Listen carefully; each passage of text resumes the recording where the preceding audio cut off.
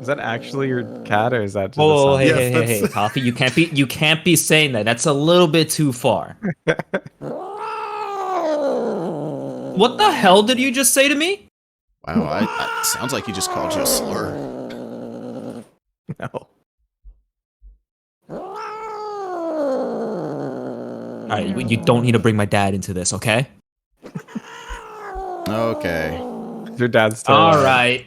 disappointed in you? For reference, not hurting her. Yeah, She's just mad because she wants to go downstairs and eat.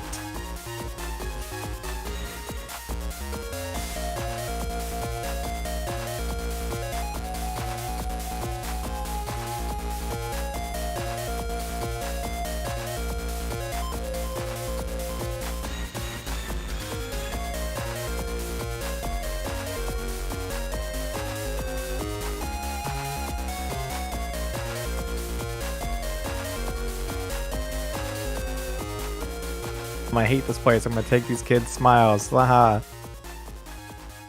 Welcome, net battlers. Time to jack in and jack off. That's all I got. No. Wow. He said the Oh, come on now. You guys all No. made that joke. He said the first thing. I have never made that He joke. said the I thing. have never made that Whatever. joke. Let's Bio. not get overt about it. Come on. Bio, this is So what? You're trying to get our dollar taken away from us this week too? Yeah. Bio, this is a family friendly show that we're putting on Okay, here. whatever. This is whatever. Yeah, you fucking asshole. It's family This is fucking my friendly. Get the Christian fuck over Minecraft it. server. I decide. No. So let me talk about Oh my 9/11 God. again. Okay. All right, What, got the perfect what one for about you. this? What happened this time? What? What happened this time with 9/11? Nothing. Well, we're Oh. starting at 9 my time, and I have to end at 11 because I got to take my kids to Yo, to. Okay, does anyone else Everybody. look at the clock and they like see 9/11 like all the time? Yeah, Because I do. yeah. Never forget. You're very good at never Whack-a-mole. forgetting. Yeah. All right. Sorry. Good morning, evening, or whenever you're listening to us, and welcome to the Program Advance podcast, the only Megaman Battle Network and NT Warrior podcast to have been discovered in ancient Sumerian texts. That's right, we have survived the millennia to bring you the best in Megaman commentary. That's a real fact. I'm like listening to like an ASMR channel or something. Well, I'm trying to. One thing I also noticed when I record is when I get too loud, it makes it literally impossible to make the audio sound good because I'm a loud motherfucker. So Yeah, once you get too loud, Yeah. audio gets blown the fuck out. Yeah. So what you're saying is a 12-year-old boy found a mysterious Rubik's Cube in an archaeological dig site. And Oh, is he this put it Yu-Gi-Oh? together, and all 5 of us came out. Yeah. And now we're doing a podcast. Yeah, that's exactly what I'm saying. I unfortunately, Is that yeah, what? it's a Yu-Gi-Oh reference. I thought so. I was like, that's all right, Yu-Gi-Oh. everybody, welcome back to Millennium I'm Microphone. on I'm your host, Yuki EXE. Hi. I don't know where this bit's going. My favorite card is Time Wizard. Okay, so I'm Double. I'm your conductor as always, and joining me are the Four Stooges. I will introduce them down the line. Able to deal 2d6 psychic damage to us via the knowledge that the voice of Sharkman is also the voice of fucking Shenron from Dragon Ball Z. It's Shorah. Hi, Shorah. Hey, I got bones. Got bones. He must have done something to piss off some deity somewhere, and this is why we're not getting a third The World Ends With You game. Hi, Jen. It's not my fault. No I'll more put you, it's all apples. because of you. God's strongest clown soldier, beaten with thundercross-shaped sticks daily from Oh, all of his yes. friends, but we love him anyways. Hi, Yuki. Go. I just said we love you. Podcast. I just said we love you. To be fair, we were only contractually obligated to not split attack you. This was Yeah. a shaped stick. Yeah, it's a entirely stick. different. You're just getting beaten with They're sticks. just having a wacko moment. Give him a bit. And finally, friendship is his power, except he's going to lose that power if he doesn't stop saying crazy shit like plain donuts are better than glazed donuts. Hi, Bio. Hi. All right. That's so funny. 5 I love that episode- that's the bit that's stuck. That's the bit that I get it. stuck. Well, of all the bits that you could have done, saying something insane like, "Oh yeah, I can't stand glazed donuts," is just To be fair, Bio, it's the freak. bit that stuck because you milked it. True. yeah. You made it your whole ass personality during a subathon. You literally made like a personality chart of which Kingdom Hearts characters belonged to which donuts or other I confectionery did do treats. that. I forgot about that. You had- fucking what, dude? You called it a kin chart, I think, which I have so. other I don't think comments that's about right. later. But Donut kidding. Yeah, that's what it was. Yeah. Oh my god. Yeah, okay. Why not? Mm-hmm. Well, and also you paid it. Maybe not. I don't know. Maybe you had a friend who made you donut modeled keyblades. I paid them for that. Yeah. Oh, you paid them for that? Okay. That yeah. don't look Yeah. like donuts. That don't look like Shut up. donuts, but you still Yeah. got donut keyblades, which Listen, I think is no neat. disrespect to that 3D modeler, but they Oh, don't look like yeah, donuts. no, of course not. Because I don't know how to mod anything into anything. So being able to put your custom stuff into, a game is cool. I really should play Kingdom Hearts 3 again. I keep fucking forgetting. Anyways, Very good. okay, so before we get into it, let's talk about what we've been doing. We're 3 episodes deep. I've been spending my time playing, Harvestella, and also I installed 57 mods for Skyrim. Haven't even created a character yet. Fair.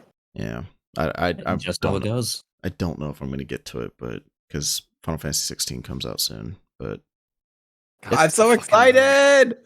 Yeah. Final Fantasy 16. Whoa, Ev- whoa. It's going to be so good. it is. Every What time was I the start a main new ca- Skyrim playthrough, it's hell. what was the main character's name of this one? Clive? Clive. Yeah, I remember going into Clive. GameStop the day I bought Tears of the Kingdom, and the commercial was playing, and I made a comment like, "Wow, Square is just scraping the bottom of the barrel for main character names," and the clerk behind the counter burst out into laughter in the middle of the store. No, they're not. Wait, okay, but Final Fantasy 7, Cloud, Zack. Yeah, okay. I didn't say it was a true comment. I said it was a comment. Sorry, I just got defensive.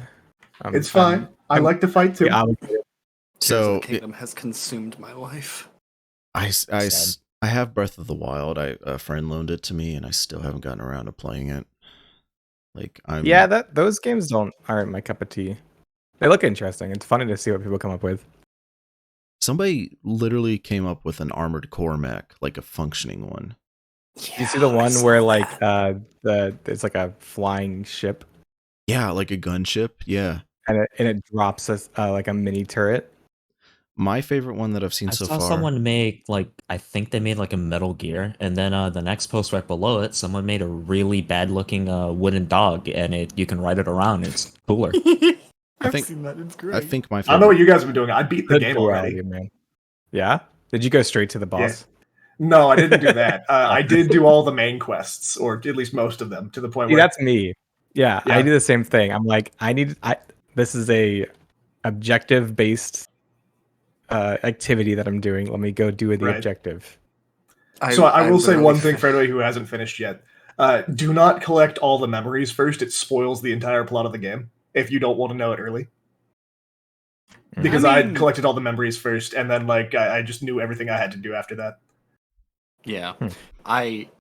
I literally just finished doing every single shrine as of yesterday, and Every single oh one. boy, Are every you single okay? all 152 of them. Are Bio. you okay? You good, dude?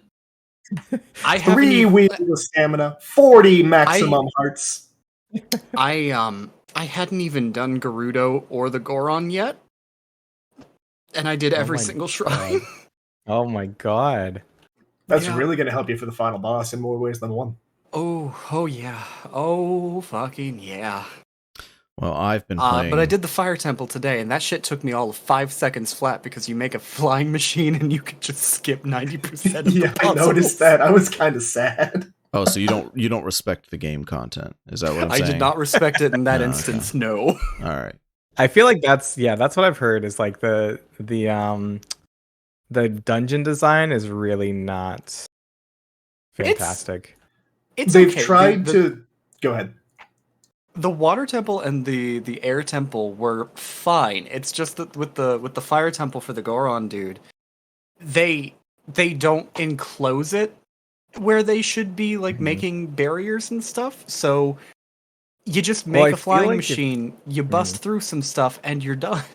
They tried really hard to marry the old shrine designs that are still kind of there with the new shrines, but like the old Divine Beast designs where it was go to place, touch Sheikah Slate against touchpad, unlock 1/5 of the dungeon, with sort of more of a classic design for dungeons with more inbuilt puzzles. But the issue with that is because Breath of the Wild and Tears of the Kingdom have more of an open-ended puzzle design, you can basically just crack the spine of all dungeons over your knee with the power of the physics engine if you know what you're doing.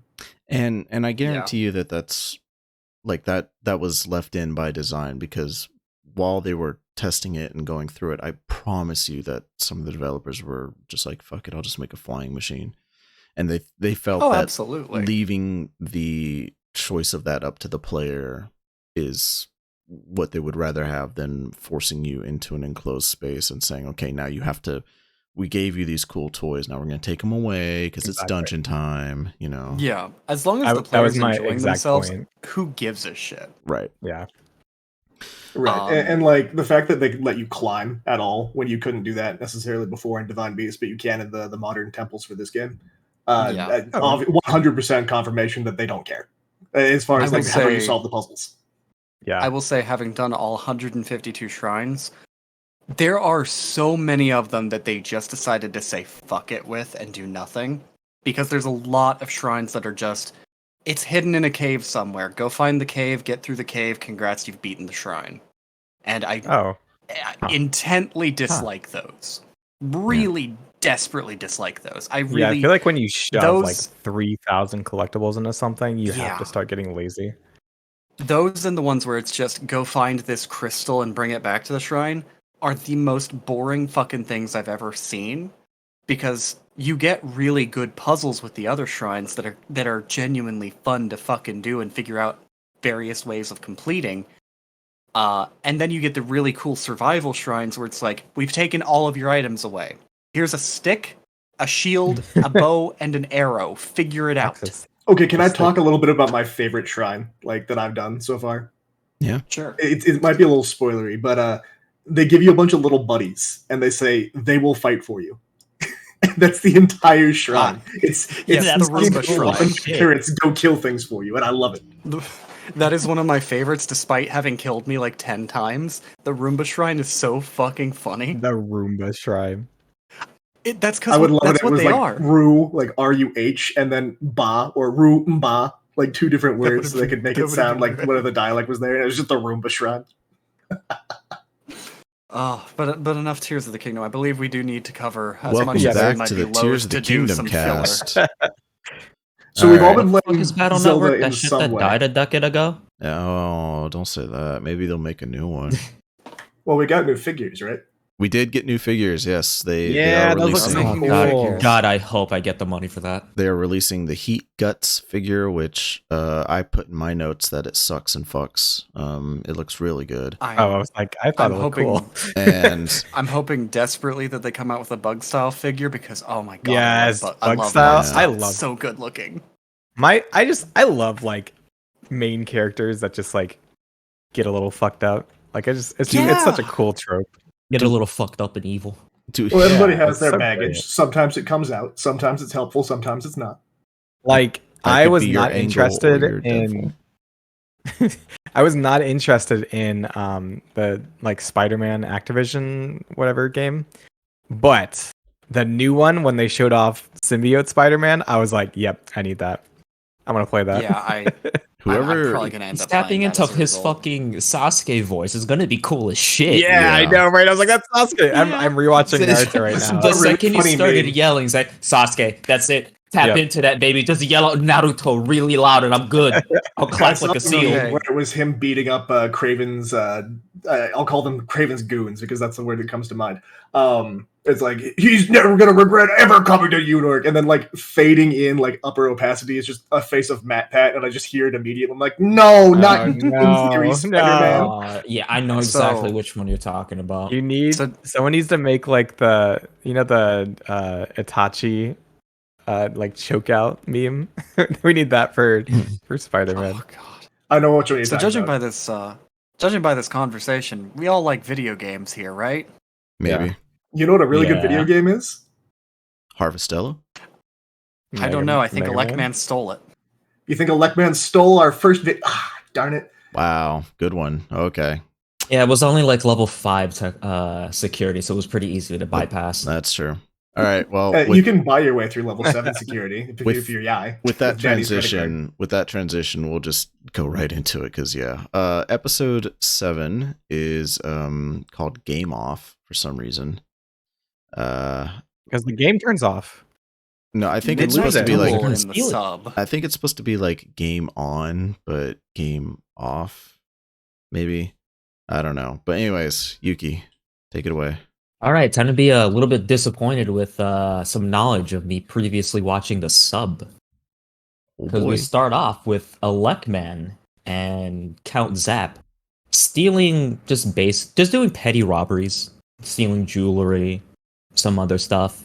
But the thing that bothers me is when they steal like some weird like fancy crown after like killing a bunch of security nabbies, which update your security. If they can all get one shot in a group, maybe get better security nabbies. Maybe. These are some real McAfee. My favorite thing is that nabbies. they say like, "Hey, jack out now. This is your warning," and don't just immediately open fire. And it's like level 7 security. Yeah. Yep. One, it's a computer program. It doesn't matter. Just delete it. Like, don't give it a warning to tell it to back off. It probably doesn't care. Well, I love Oh, these Asper. generic fucking McAfee looking nabbies. yeah.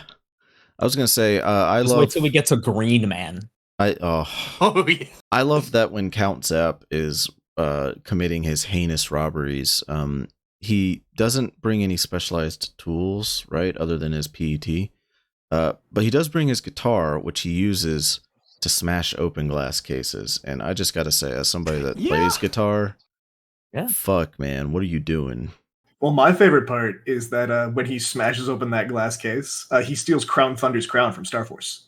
So this is canon confirmation No. that Count Zap does eventually become. Really? Yeah, it looks exactly like it. Oh shit. I'm probably like lying to you, but it's the red cloth cap with like the 4 like metal arches over the side. It looks a lot like Crown Thunder's crown. Is all I'm saying. That's so I mean, funny. it's plausible. It could happen. They can just randomly say that shit, just like what they did with Napalm Man. Like, yeah, he was like because of the BN2 post game, they just went, yeah, he was a World 3 Navi. Then he just left. Here he is in BN5. Yeah. Did we ever did get they that just randomly explanation? I thought it was do just that? the BN2 post game wasn't canon. They made it canon. They randomly said that in their interview, and then they did it for one of their Twitter things when they were just saying like little character bios.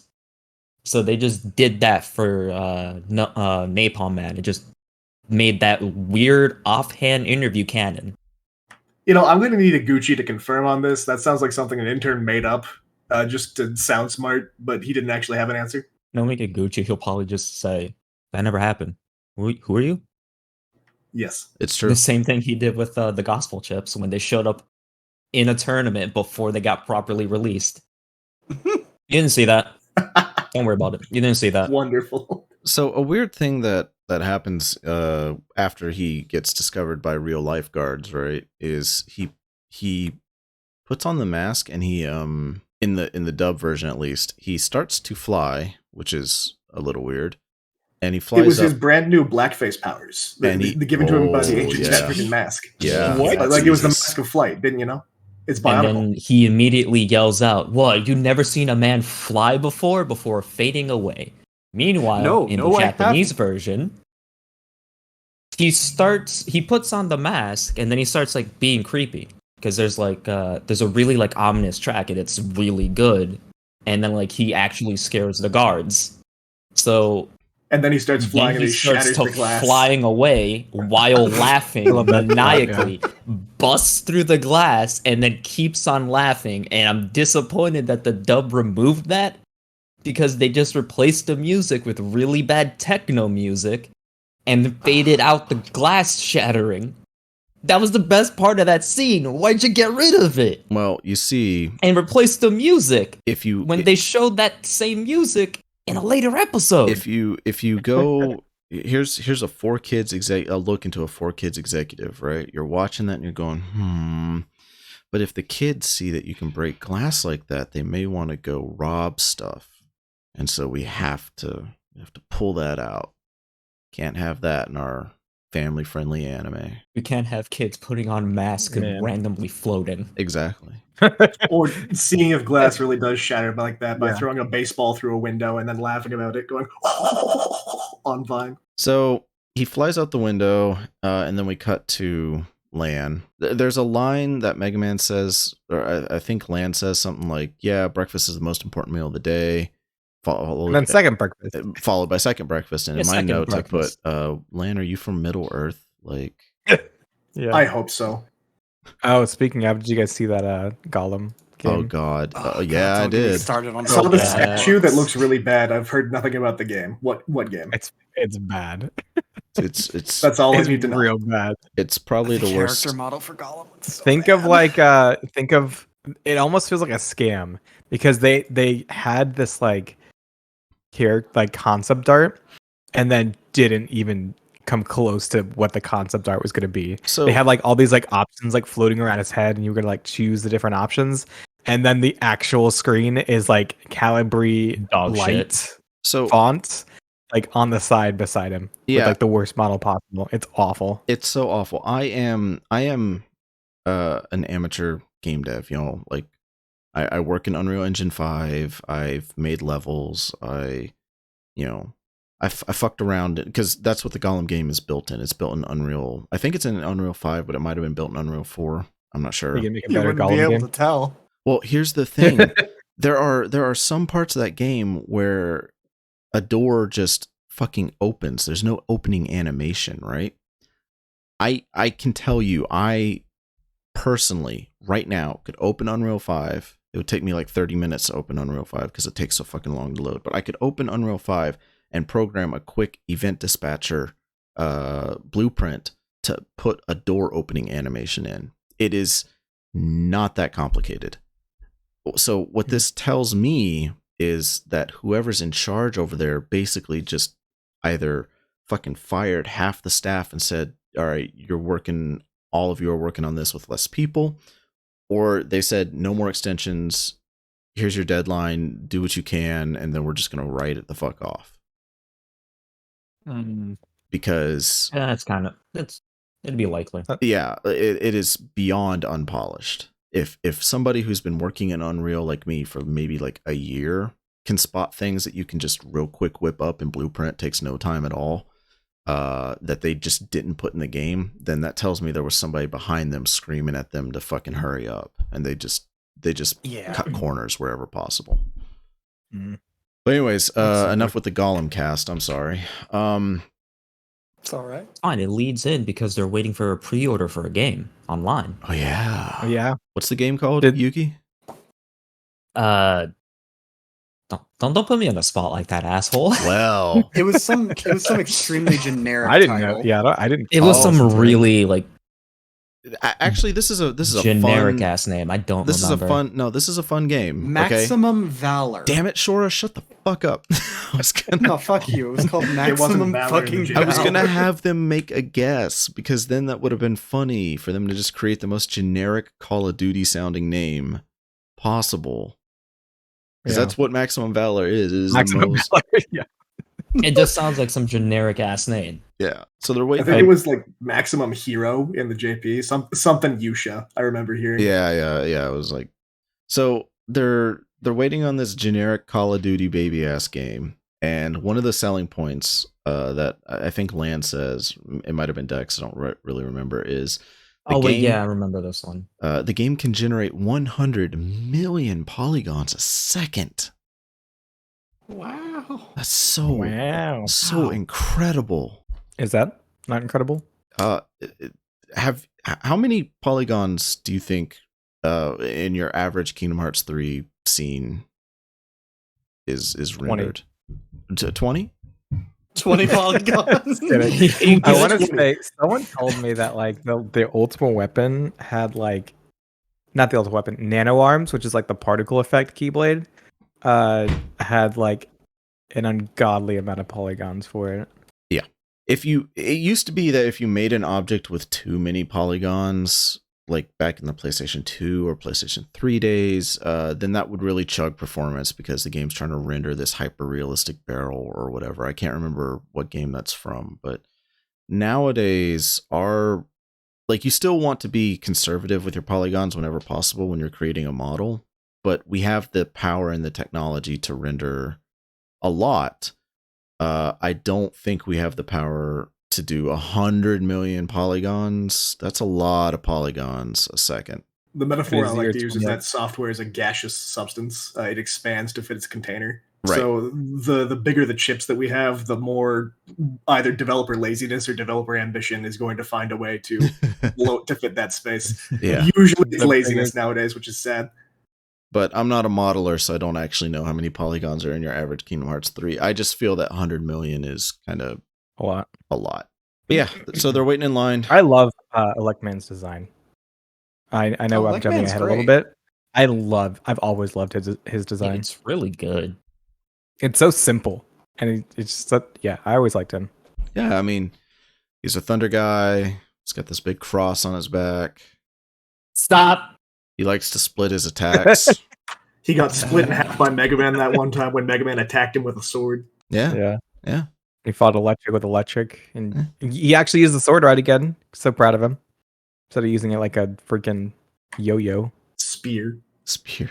spear. So, speaking of things we love about Electman and Count Zap, I watched the sub for the episodes this week, and Count Zap has some of the best English I've come across. It's amazing.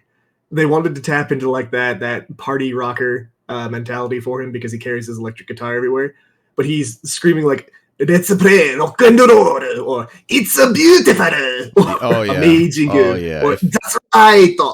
If I laugh you listen every to time. if you listen to J Rock at any point in your life, my favorite J Rock band is Frederick. I highly recommend listening to them on YouTube if you can.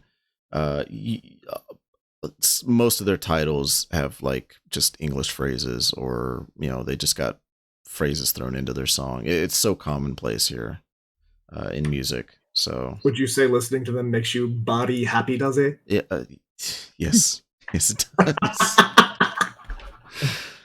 So they're waiting in line for this video game, and they're waiting at Higsby's chip shop because that's where the video game is on sale apparently. And who else but fucking Mesa shows up to complain that the kids are not getting enough calcium and are waiting in line for a video game. And then we get some boobery because Mesa meets Miss Mari for the first time.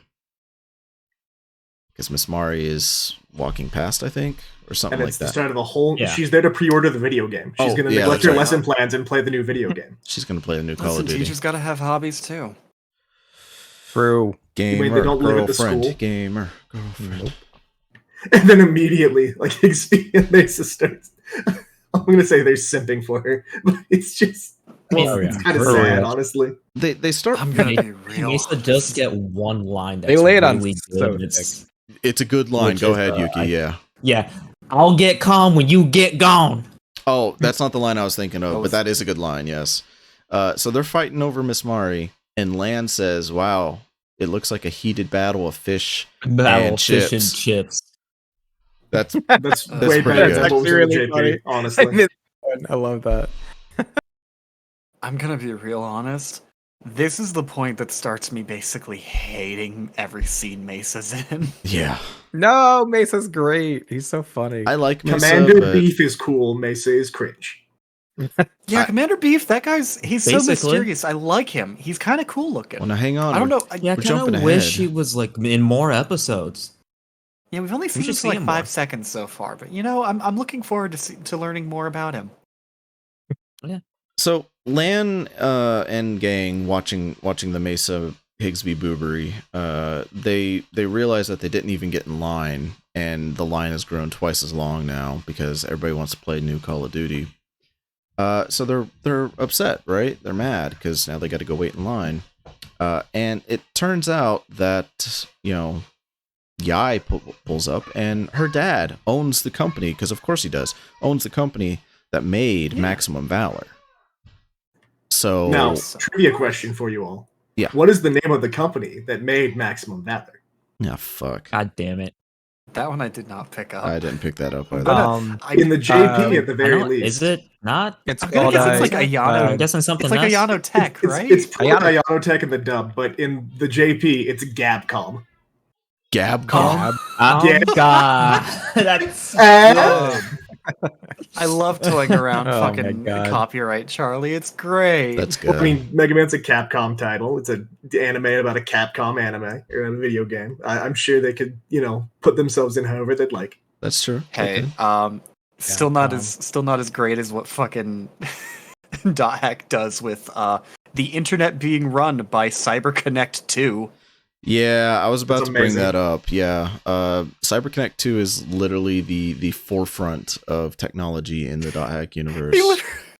They literally saved the world from the internet crisis. They saved the world from the internet crisis, and therefore they were given the keys to the internet. So they make all internet tools. I mean, look, I don't know much gotta about get a character. CyberConnect 2.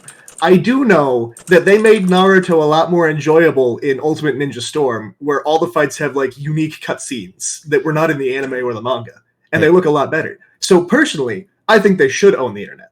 Well, they also made Fuga 1 and 2, which are great games, and I know that Grind those children. Feed them to the machine. Yeah. Huh? Have you not played Fuga yet, Bio? Fuga? Fuga. What is that? Fuga No. Melodies of Steel. No. You should play it. Like Fuga Clan, like ninja stuff? Or... No. Just. I'm not going to say anything about the games because they are very story centered. Fuga? Fuga. F-U-G-A? Fuga Melodies of Steel. F-U-G-A. Yeah. You should play those games. Fuck. I know that I think we might have like one or two Wait, are these listeners. those like Cold Steel games? Are No. those things? The Sky Steel? No, these No, are not these are Trials not or Cold Trails. Steel These are games. respectable. Trials. Oh yeah, I'm not playing this. What? Oh my god. Okay, well, I was about to say, I know we have a few like listeners that are hearing Fuga and they're slapping their desk and going, "Yeah, that's my fucking game, yeah." Anyways, so yeah, Yai's dad owns the company that made Maximum Valor, and Yai invites them to, "Hey, why don't you just come play the game at my place? We've got early access copies," because that's a thing that the daughter of the president would have. Is just Oh yeah. alpha or not I mean, alpha. it has that. Well, so on one hand, Honestly, it game does kind of make companies sense. A lot of Yuki, what is that? game companies make a lot of extra copies to just like hand out. It's kind of crazy. Well, it That's the sold out sign. oh yeah, Is because that they couldn't. not edited from the dub, or is that No, that's not your word? edited from It's the dub. from the. What? That Wait, is- that's in the sub? That's not in the sub at all. In the dub, It's right? actually in Japanese in the sub. Yeah, it's kanji in the sub, but Because they this looks really bad. You can tell. You're out of game coupons. you could tell. I'll put that in the video, but you can tell that what happened was they photoshopped out the kanji or whatever that says sold out, but they were like, shit, we don't have a graphic for this. Fuck it, just put up like what font is that? Papyrus? Comic Sans. Comic. I That's think not so. Comic Sans. That is 100% Comic Sans. Is it Comic Sans? That is 100% No, I think it is Comic Comic Sans. Sans. Oh Christ Almighty! So, I think you're giving them a little bit too much credit saying that they used Photoshop. I think this is Microsoft Paint. This is fucking paint. The viewers will see. You'll see. Yeah, Viewers, you'll don't worry. see. You'll see. Anyways, It's fine. This batch of episodes, I didn't take too many screenshots. So, I used to be a game reviewer writer, right? I used to do the games journalism. I wrote for a couple websites, and control of video game codes is it's very tightly controlled for big titles. For example, when I was writing for GOHF, I was writing for USA Today and news.au. They would only give, certain companies would only give a certain amount of copies of a game for a review. So, for example, I wrote the review for A Plague's Tale Requiem, which is a really good game. They literally only gave us one code for that game.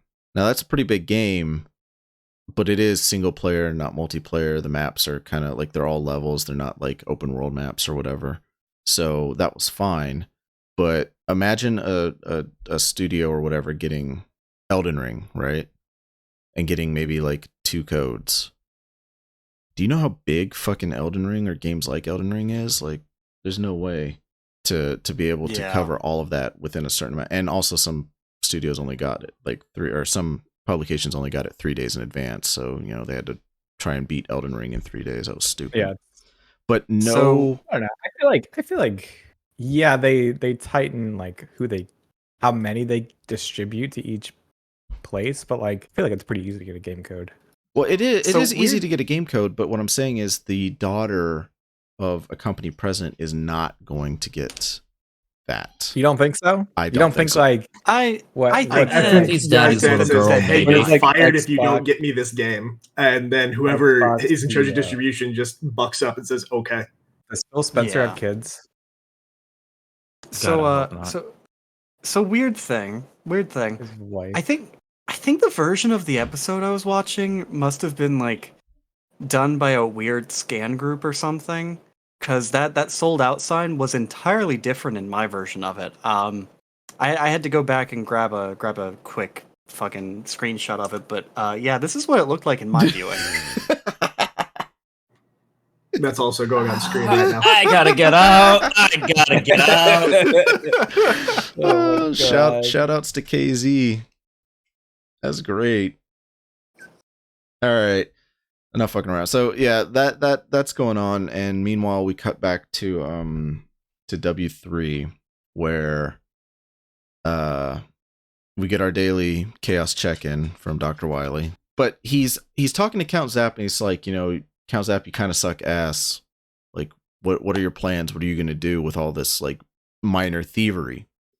And Count Zap says he's going to make the biggest heist ever. He's going to steal the smiles from children. Yeah. I Yeah. hate that. I hate that so much. And I need to stress, Count Zap is a 40-year-old man, probably, like around there. 40-year-old man-child, maybe. Man-child. Yeah, because I think I was so like agitated from my before my interview, so like my immediate thought of just hearing that was typing in the notes, stealing the smiles of children. What the fuck does that mean, you grown-ass chuckle fuck? Yeah, like, It means that Zebek wanted to make World 3 look menacing but affable at the same time, so they gave them a generically good thing to hate because they didn't have a creative bone in their body when they wrote the script for this episode.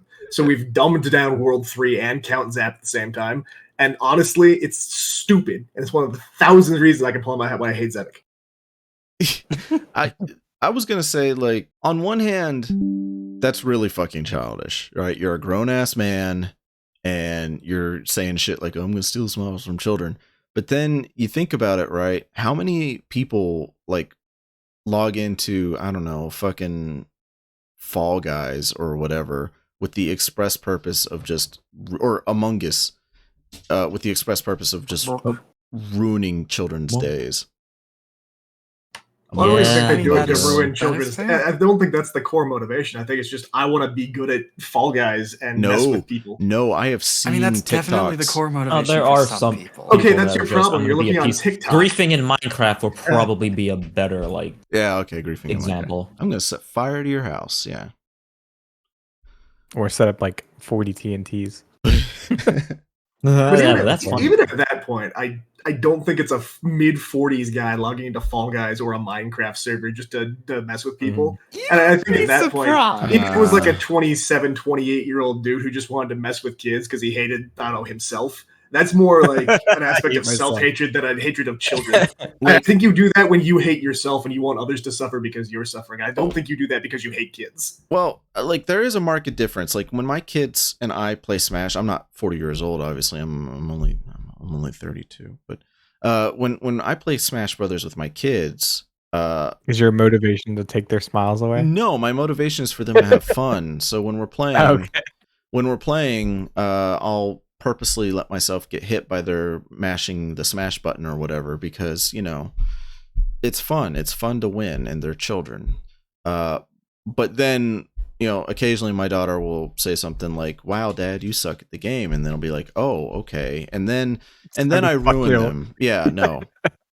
Just to remind them that no, no, I'm very good at video games. Thank you very much, you 7-year-old child. No, Giving them the opportunity is your first mistake.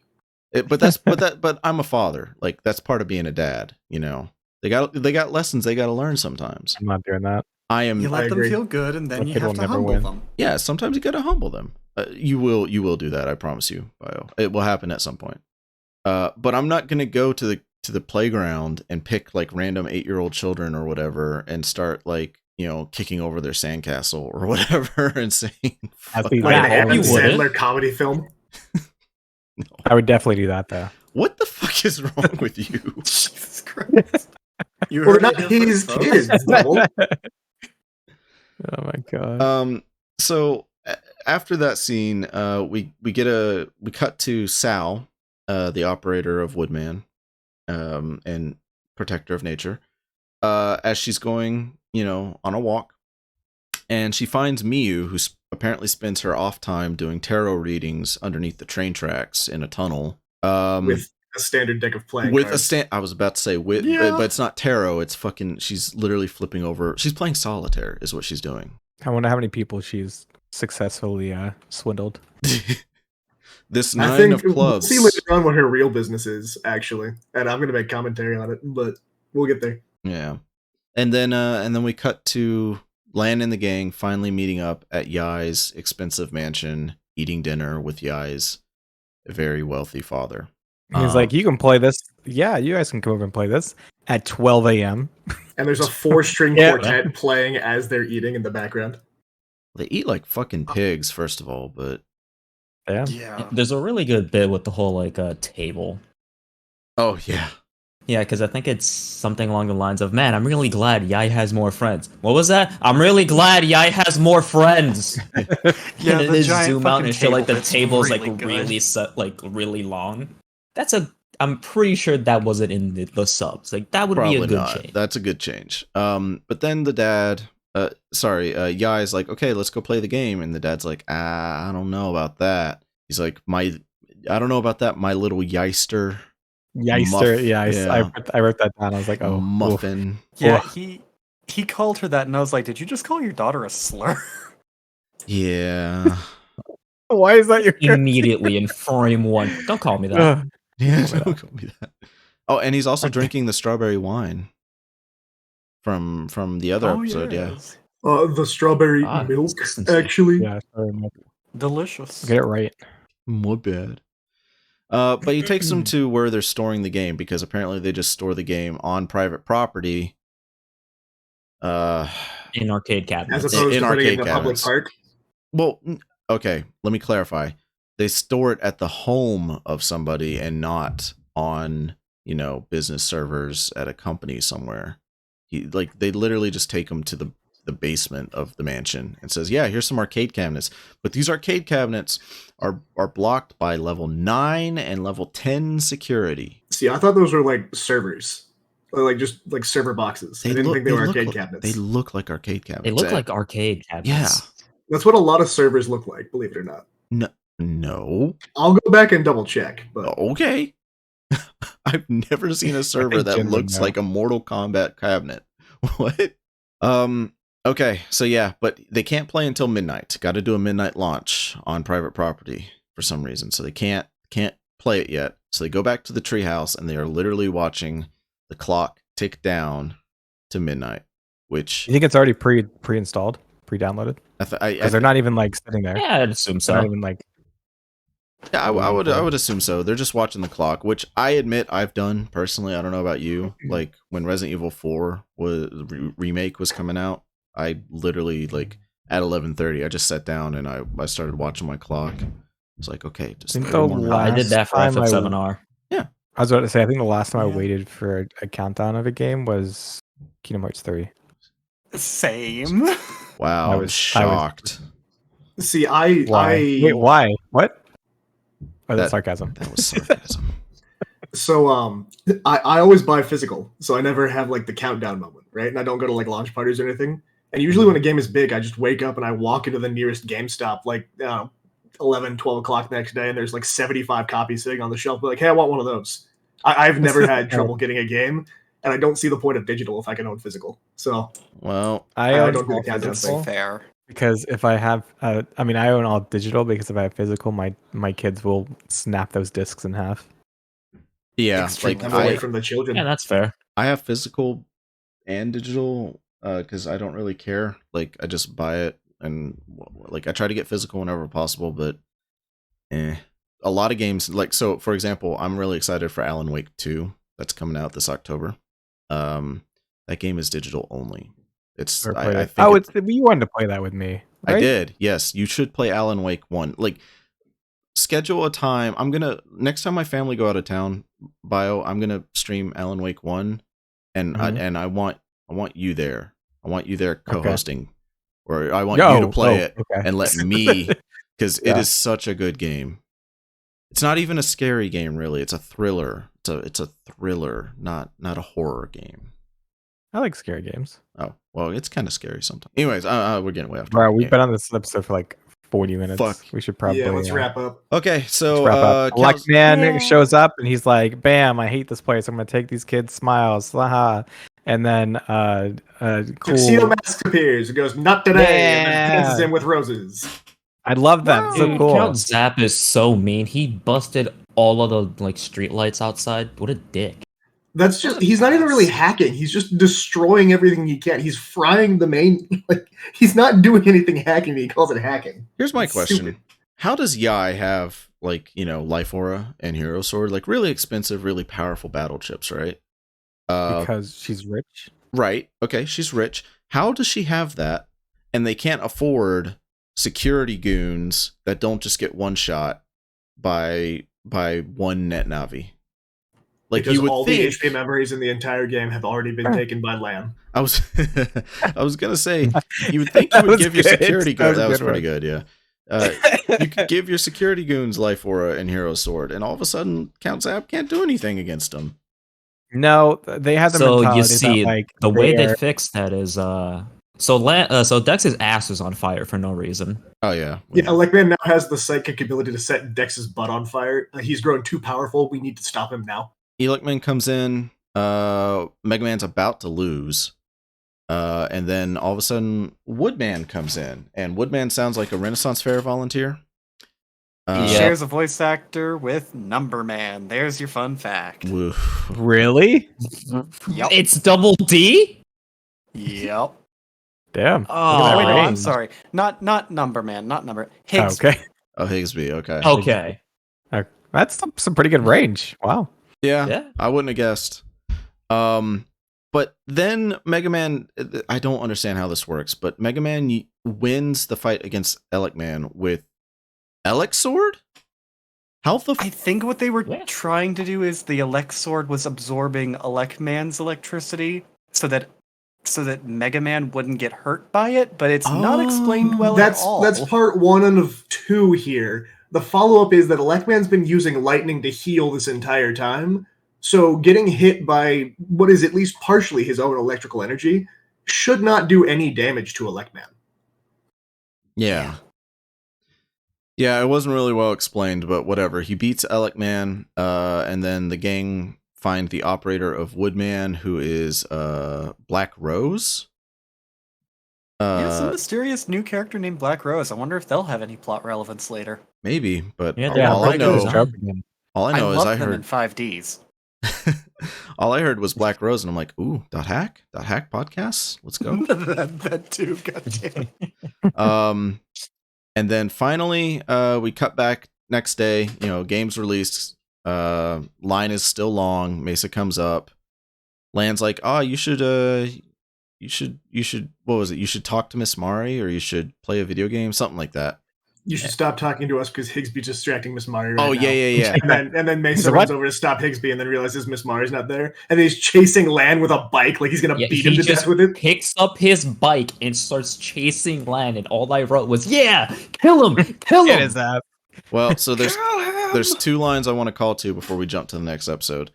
He says, Long ago, I swore by all things fishy that so long as salmon is pink, I wouldn't get involved with things like video games or love. And then Load of bullshit. a load of bullshit. And then when he's Fucking fighting, liar. when he's like grappling with Higsby, he's like, "What's the big idea, fish stick? Stop talking to Miss Mari." So yeah, Mesa Boobery is still funny to me, and only He's me. living a double life. He's created a false persona for himself. It's working. It's working. But that's episode 8.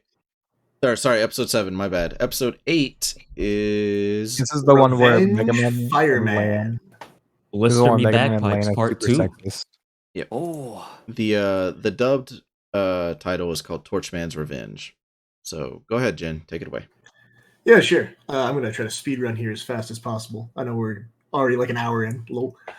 So we open up on fireworks. So clearly this is an episode about Multanic Man, right?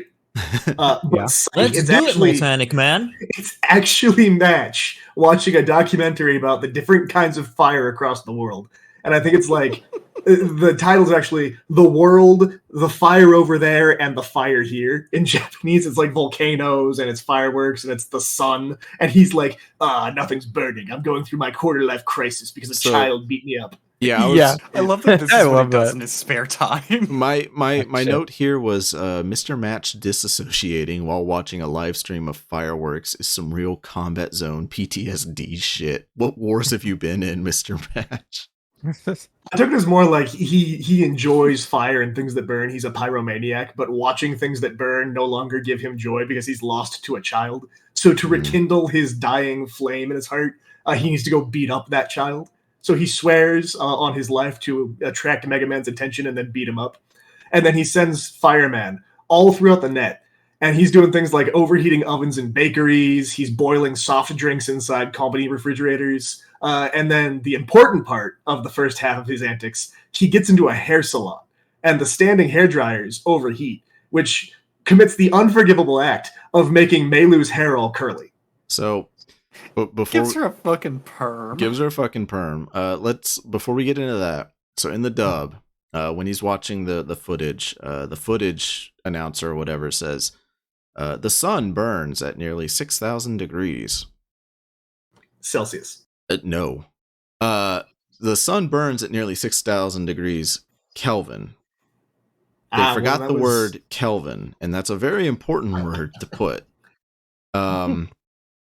And then yeah, as Torchman is jumping through the net, like fucking stuff up, he keeps making all of these puns, and I wrote them all down. So when he fucks up the ovens or whatever, The bakery. the bakery, he says, "I like mine extra crispy," and then Yeah, that sounds like a dubism to me. it is, and Yeah. then he goes to what was the water part? Was it an aquarium or I think it was an aquarium? Yes, there were fish, and he turned up the heat so high in the water in the pet store. Yes, Yeah. that all the fish jumped out of the water. Yeah, and he said, "I prefer mine boiled." And then when he goes to mess up Meilu's hair, he says, "Let's try a hot new hairstyle." Yep, that makes sense. It's Did he say anything when painful. he like boiled all the soft drinks inside the convenience store? I think he just kind of did a general like, That's sad. Yeah. yeah. But yeah, Dex goes to get like a Mountain Dew, and then it's bubbling. And he's like, "No!" I like Wait. hot Mountain Dew. Well, Ew, apparently what? Dex doesn't. No, Ugh. What is wrong with Stop hot that. Mountain Dew? that's so Ugh. gross. It's not gross. Try it. Just boil some hot Mountain Dew. No thanks. Just boil some No. Mountain Dew right in the plastic can. You heard him, listeners. Go Yeah, down to your just nearest do gas it. It's station. not a big shove deal. it in the microwave. It's fine. No cancer. No melted plastic. You're gonna be okay. Have you? All right. Are you Fine. telling me, If he says so. Shorah, you lived in the South like me? All right. You're telling I me. live in the South. Where do you live? I thought you lived in New. Oh wait, no. Yuki lives in New York. You live in South Carolina. Wow, thanks for doxing me. Oh, I live in Hello. Kyoto, Japan.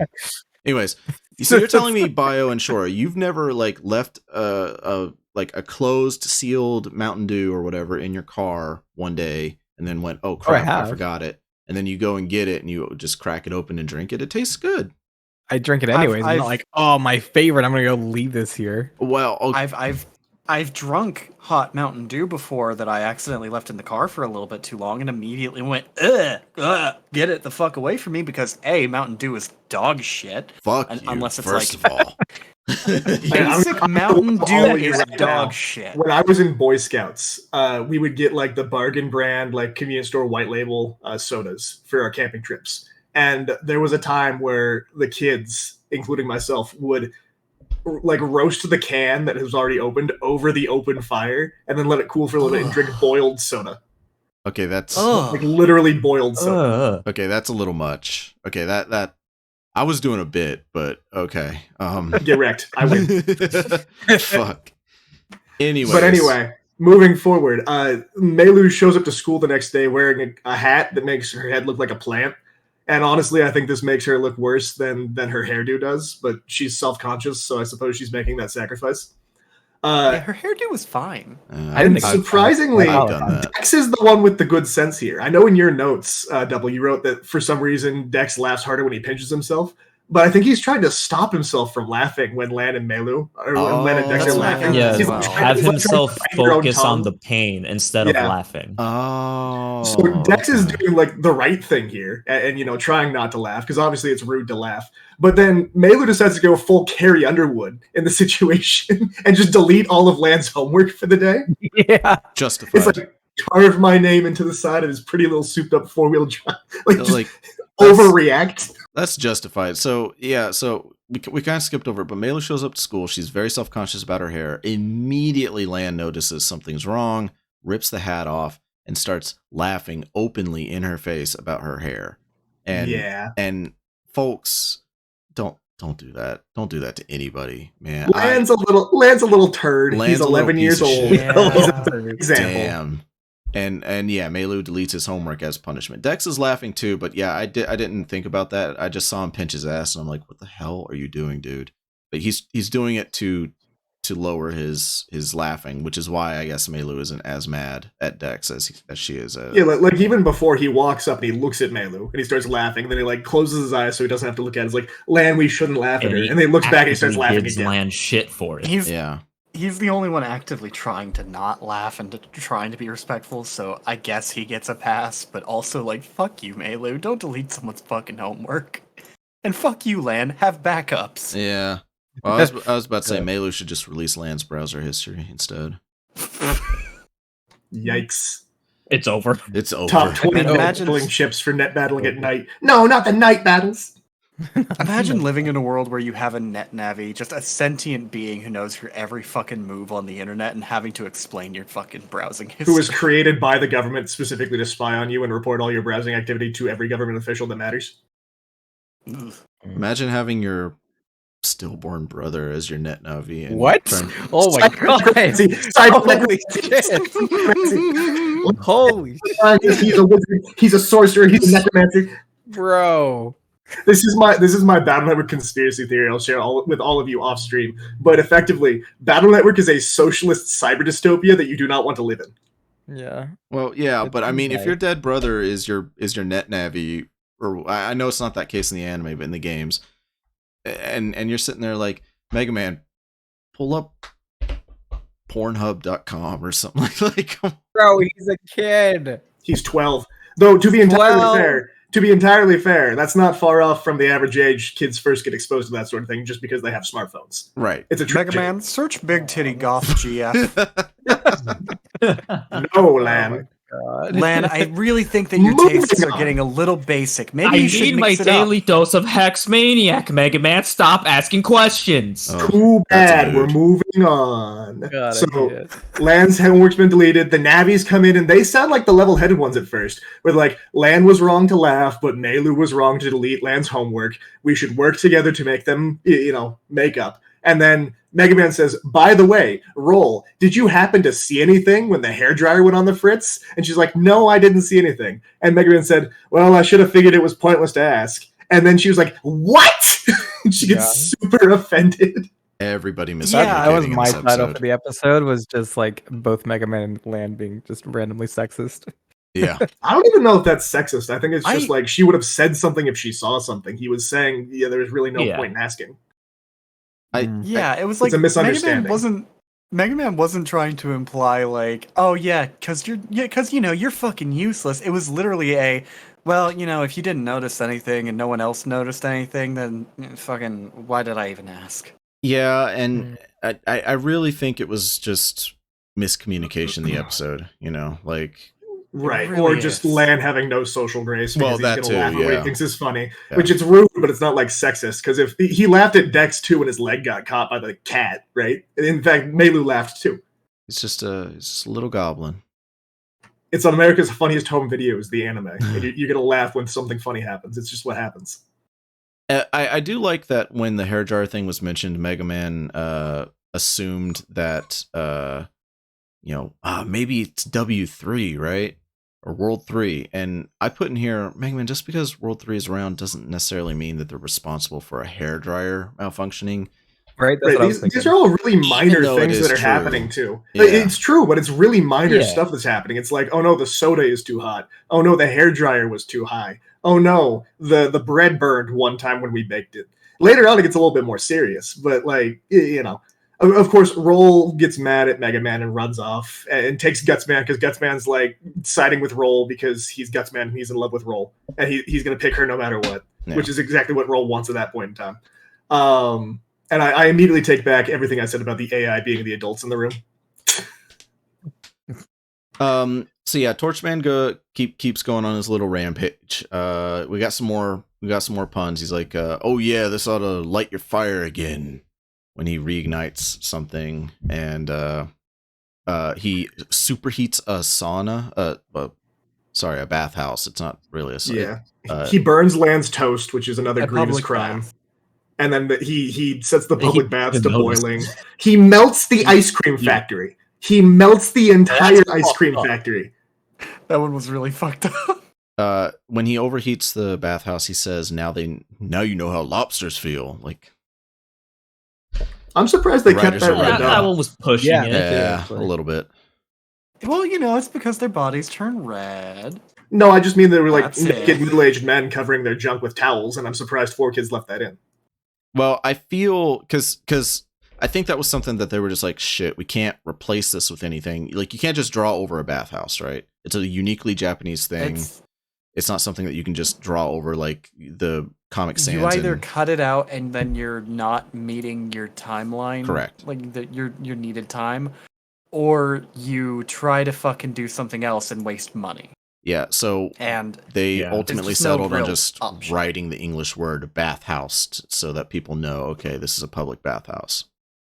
plus, Right. like they only tend to fuck with bathhouse scenes like that when it's a character that is underage, or something that could be construed as sexual in nature. Usually, ladies. Anything where you can almost Sure. see a titty. So what are we over talking to the about? arcade where the kids are allowed to hang out. Yeah. This is where Melu and Dex went, and they're playing whack-a-mole. Or rather, Melu is making JoJo noises while playing whack-a-mole, talking about how she can't believe that Lan has been so rude, and Roll's mad because Mega Man apparently thinks she's useless, and that they're not fighting together, which kind of true. I'm sorry, it's just kind of true. And then Fireman appears, and it's like, I've got a challenge to Mega Man to give, and Roll's like, no. So he raises his arm, and it makes like the electronic door sliding open noise. And I just remember pausing and like, putting my head in my hands for like 2 minutes because I was processing. Could you And then he extends his arm and shoots out like a little email, like Little just a email. direct challenge to Mega Man. Could you imagine playing Final Fantasy 14, right? And like, let's say I'm crafting gear, right? And I'm crafting it for Bio. And instead of just sending the email to Bio directly, I have to go find fucking somebody and be like, hi, I can't find Bio. He's like way off somewhere getting beat up by Alexander. Can you give this armor to him? It's in this email. I can't send it to him directly, but I can give it to you physically, digitally. God forbid. Like, Well, Mega Man is eating toast with Lan right now, and he's not technically online, so it's probably Mega Man was offline. So Torchman, Fireman found the next best thing, which was Roll and Gutsman. you could send it to his address, and when he connects, he'll just get it. Nope, This doesn't make GDPR. You can't sense. track children. You can't track the IP Yeah, address of children. what you see is Next question. Yeah, okay. Listen, Torchman was feeling a little lazy. Like, It's okay. Yeah, Torchman kind of gets more of a personality in this episode, which I appreciate to a certain extent. Yeah. But yeah, Torchman issues his duel request. He takes over, what is it? A waterworks or I don't remember. It was a generic factory. it was a from what I generic can factory tell. that uses it water. was- And he changes the digital landscape, which superheats the water. And I will say that the landscape in the anime is pretty cool looking. Like, you get this digitized volcanic island scenario. I thought that was kind of cool. Yeah, it was a Um, good Here final we go. battle According scene. to the wiki, it was the Dentex City Central Heating Grid Operations Plant. Okay. That makes sense. Yeah, that works. Okay. And somebody like warps in, and Torchman doesn't see who it is, but then he notices, oh, it's Roll, not Megaman. And the entire What's the time, he's been girl? talking with Match about how, like, are you sure that you sent the challenge to Mega Man? And Torchman's like, oh no, I sent it to the girl instead of Yeah, Mega Man. Gave it to Maybe his it's not friend. he's gonna be mad. To be fair, they're always right give it to next the to each girl. other. Yeah, they sure do stand next to each other. Yeah, Yeah, Mr. Match has like a lot of good faces this episode. he does. He Yeah. spends this entire Yeah. episode being a whiny baby who's like, why won't this child fucking notice me? I mean, just that's want to be what the fucking quarter-life seen. crisis is. He's entirely emasculated. He's feeling useless. He's trying to get that back in vain. Thank you. It's thank just you so for, funny when he goes on his little mini rant, like, why the fuck hasn't Mega Man noticed me? I just gotta say, Yuki, thank you for contributing to my reaction folder. Those are good faces. So yeah, No problem. Roll attacks Torchman. Torchman immediately stops Roll. He gets hit once with he does the get hit first once, yeah. hair whips, which is Wait. nice for Roll, but then he starts dodging. Sorry, I think you mean Roll Blast. Roll Flash! Is it Flash or Blast? The dub is Flash. It's Flash it. Yeah. Sure. Oh, well, subs, I think it's Blast, but then before Torchman can stop Roll or delete Roll, Mega Man appears, and Torchman counters with, in the dub, I couldn't quite hear what he says. I think it sounded like Fire Rug or something like that. Like, it Yeah, doesn't... the subs I was watching, obviously JP, it was very clearly Fire Tower or Flame Tower. Right, yeah. But they didn't hear the sound he was making right because of the sound effects, so they translated it as Flamethrower. He's not. He hit the ground. There's no throwing happening. Right.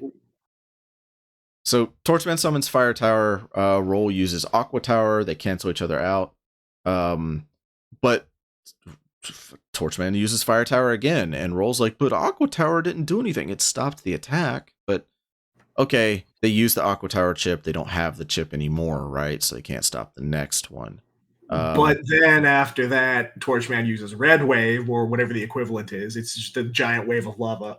And so the bright idea there is, hey, let's use Gutsman for something. Well, So no, back up. Let's use Aqua Tower to use Gutsman for something. But you weren't going to use Aqua Tower earlier, or you already used the chip and you don't have any more Aqua Towers. But now you do have an Aqua Tower. And you're going to use it to launch Gutsman through the Red Wave, who it doesn't hurt him in any capacity, I guess. But I guess because he's covered in water, he doesn't get deleted immediately. It cancels each but- other out, I guess. yeah. Have Shit, you but then tried? you'd think the water would all evaporate. Yeah, I was about to say, have you tried like tossing water into a volcano and seeing what happens? Like, you don't just cut a hole. Yeah, but right have through you the tried tossing? There is a certain physics digital effect that water into a I don't think digital they were lava? going for wall. here. Good point. But if you coat your hand in water, right? Like if you just dip your hand in cold water and you go to like a runoff for molten steel, you can actually swing your hand quickly through the molten steel. And because the layer of steam happens when the water evaporates once it comes into contact with the metal, you don't get burned. Please do not try this at home. Do not try that at home. Oh, I doubt you can melt And metal if in you your do, house. tweet me. yeah. No. You would be surprised how easy it is No. to melt metal at But- home. I don't think that's what they were going for. I think it's another instance of Zevik coming up with a dumb solution to a non-problem to create drama in an episode. Yeah. But yeah, they stop Torchman. They launch Gutsman, who headbutts Torchman. Torchman logs out. Roll and Mega Man apologize. Meilu and Lan try to apologize, but then Lan says something insensitive. Meilu gets mad, and the dub ends with Lan going, girls! Lan gets a little nervous because he doesn't want to be too good friends with Meilu just yet. He's 11. He's still in the girls are icky phase. Megaman does not have that problem. Though I will note one thing here. The anime has this, and I guess the games to a certain extent, but Torchman logs out specifically because Gutsman hits him in the Navi emblem. And in the anime, there's this logic that, like, that's apparently your heart. It's like a vital spot for Navis. So if you hit that, you can complete it super easily. Yeah, I that did confused the hell out of me. I did for not a pick minute, up on but- that. Yeah, okay. Yeah, this is the first instance of that we happening. delved more into it. It's like, also Base's way backstory later. in the manga, where like they wanted to delete Base in the manga, so the guy used the fire sword on his chest, and that's why he has the scar across. But apparently, the emblem is just your vital area. Oh, okay. That makes sense.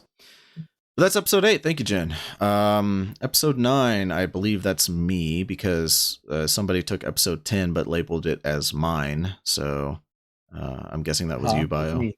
Yeah. I chose that one. But freaking, it's not even like about the N1 Grand Prix. It's just the preamble before it. Yeah. It's so sad. So episode 9 is the Fearsome Yoga Warrior, and this is where we're introduced to anime Yahoot. So the episode starts off with Wily yelling at his nerd underlings about Megaman being Maddie, Count Zap, and Mr. Match because they keep losing. He's like, y'all suck. I'm bringing in Yahoot. And Yahoot's dubbed a voice actor sounds like he's trying to borderline between not being racist and trying to do an Indian accent. It's a little... It's kind of a stereotypical Yogi kind of voice. Right. Like, it's not the worst thing I've ever heard, at least. Yeah, it's not offensive. It's not like somebody being a real piece of shit. But at the exact same time, it doesn't sound like you went out and got an Indian voice actor. It sounds like you got a white guy trying to emulate an Indian voice actor. In the most non-racist way possible. The voice actor in question for Yahoot is Ron Halder, who, the typical fucking, he's been in a bunch of 4Kids shit, he's been in a bunch of basically pretty generic roles. Weird old man, weird old man, weird old man. The most notable role I can find for him is he did play Beast in one X-Men project, and he's a bunch of old men in Dragon Quest, and that's about it. Well, I respect that, the Dragon Quest gigs. But I'm God's strongest Dragon Quest warrior, so. Anyways, so Mr. Match calls Yahoot ya human pretzel, which is funny, and then we cut to the anime. We cut to the anime ramping up for the N1 Grand Prix. Lan has been net battling day and night for practice, and we get to see. Him and Meilu are running towards the treehouse. They're late, and Lan hears noises coming from the local arcade as they try to pass it. So Lan goes to check it out, and who do we see but peeled Megaman beating the shit out of somebody else? Not Gutsman. He's back. He's back, but Yeah, it's not Gutsman. Who's It controlling looks a this? lot like Gutsman. It looks a lot like It's just Gutsman. purple guts, man. It's just It's a quote-unquote level 5 auto navi. yeah. Sure. No, it can't be Purple Guts, man. He won't show up till Beast. To jump back a little bit, I am so sad for Higsby. Like, he's talking about the next big plot arc, and the animators or the storyboarders or whoever are taking every single opportunity just to dunk on him however they can. He's like, hey, get ready. The N1 Grand Prix is in a couple of weeks. And then, like, the CEO calls him and is like, hey, shut up about the N1 Grand Prix. Get back to the show. Well, I just feel bad for it. yeah. I mean, I don't, because I don't like Higsby, but What? What's I wrong don't. with his I think he's a fucking loser. He is kind of a loser. That's why I don't like He him. is. Number Man's kind of cool, whatever. But No.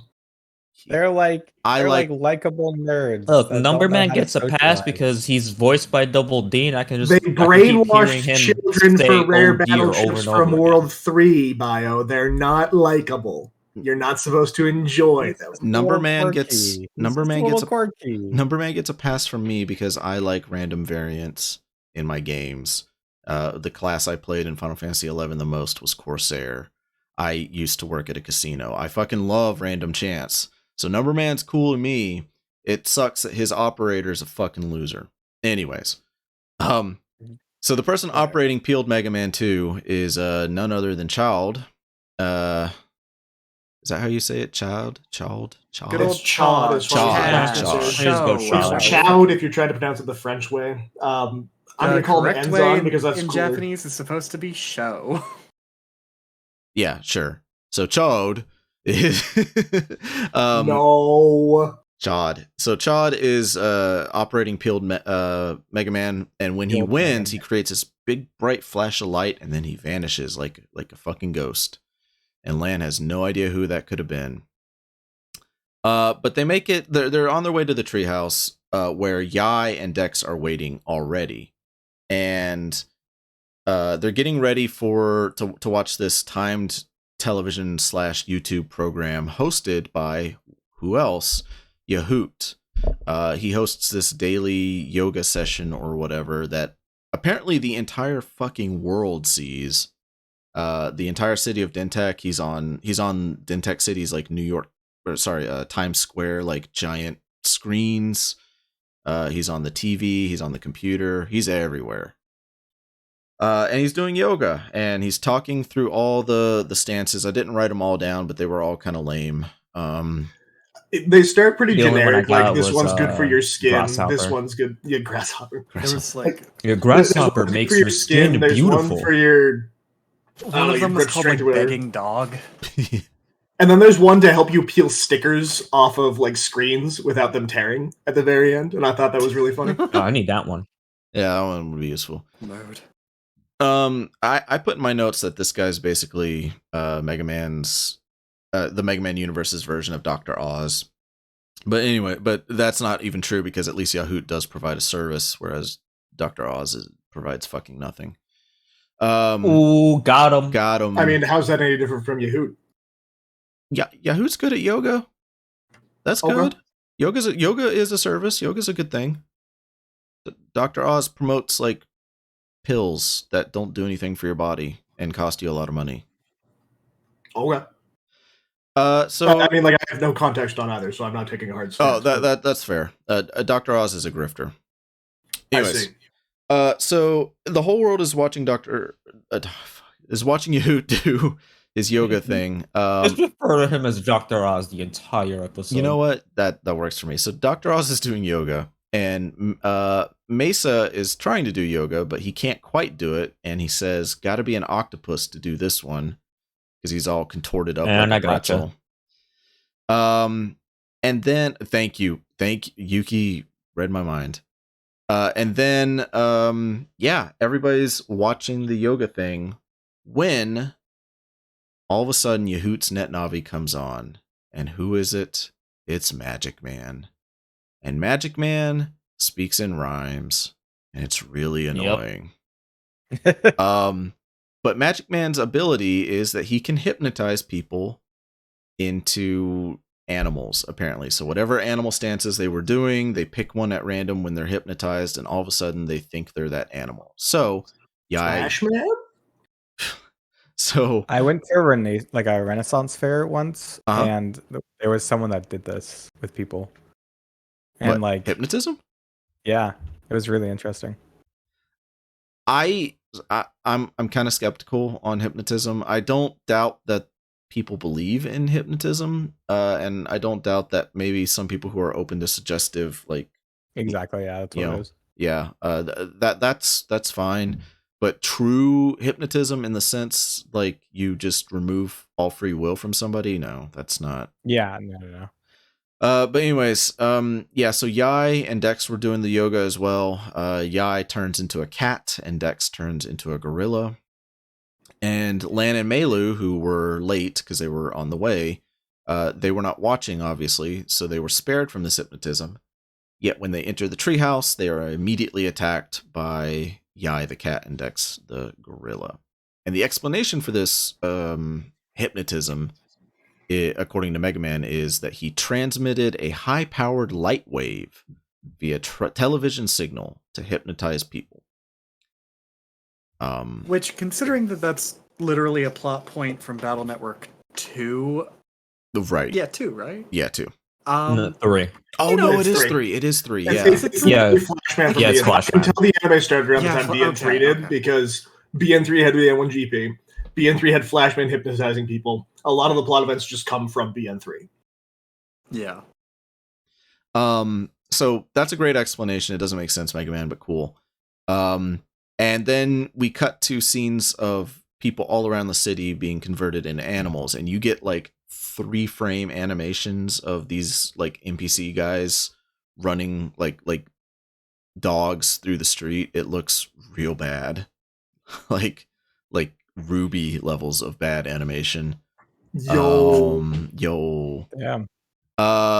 But all throughout all this, Wiley's happy. He's like, man, Dintech belongs to me now. And then he turns. Wait, what do I do? Fuck. I haven't thought this far. Yeah.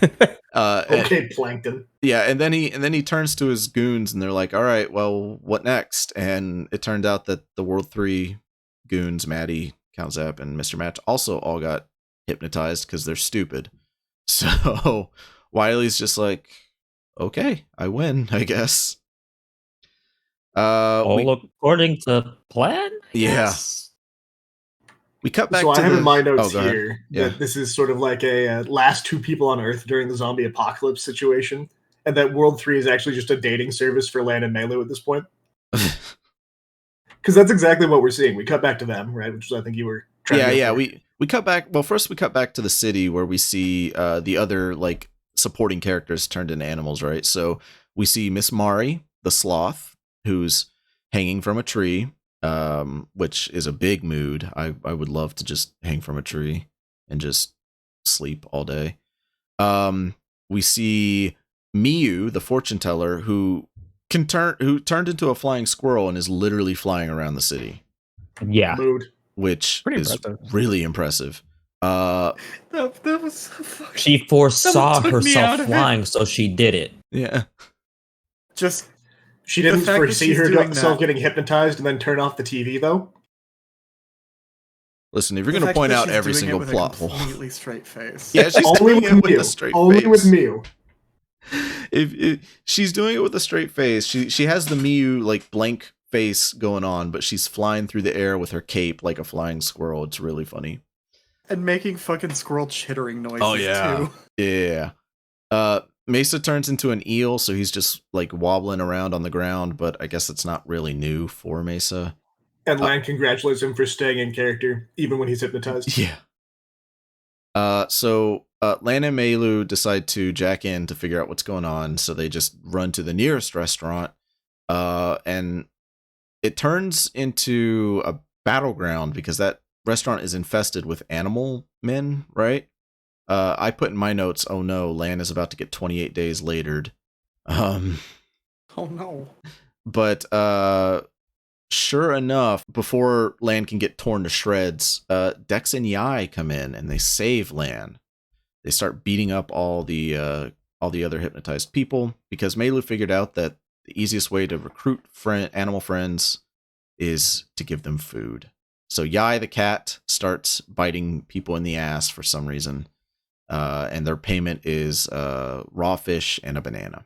But more wolf people show up, and so yeah, they decide to leave the restaurant and head to the television station where they think they might find Magic Man.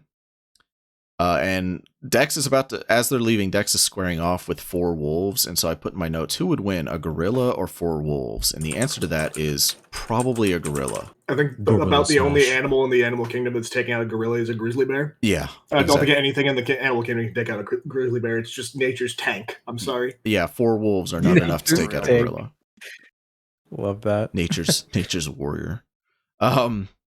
So we go to the television station we see Magic Man. Well, Mega Man like warps into this area, and it's surrounded by television screens, and Magic Man's face is on them, right?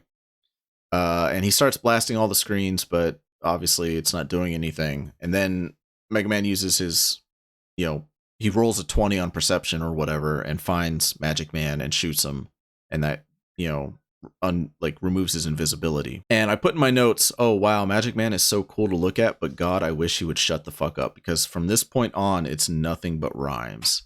It is literally nothing but rhymes. It was so obnoxious, I didn't even write any of them down. So Magic Man unleashes a virus swarm. All the TVs start spitting out viruses. But Mega Man uses area steal, right?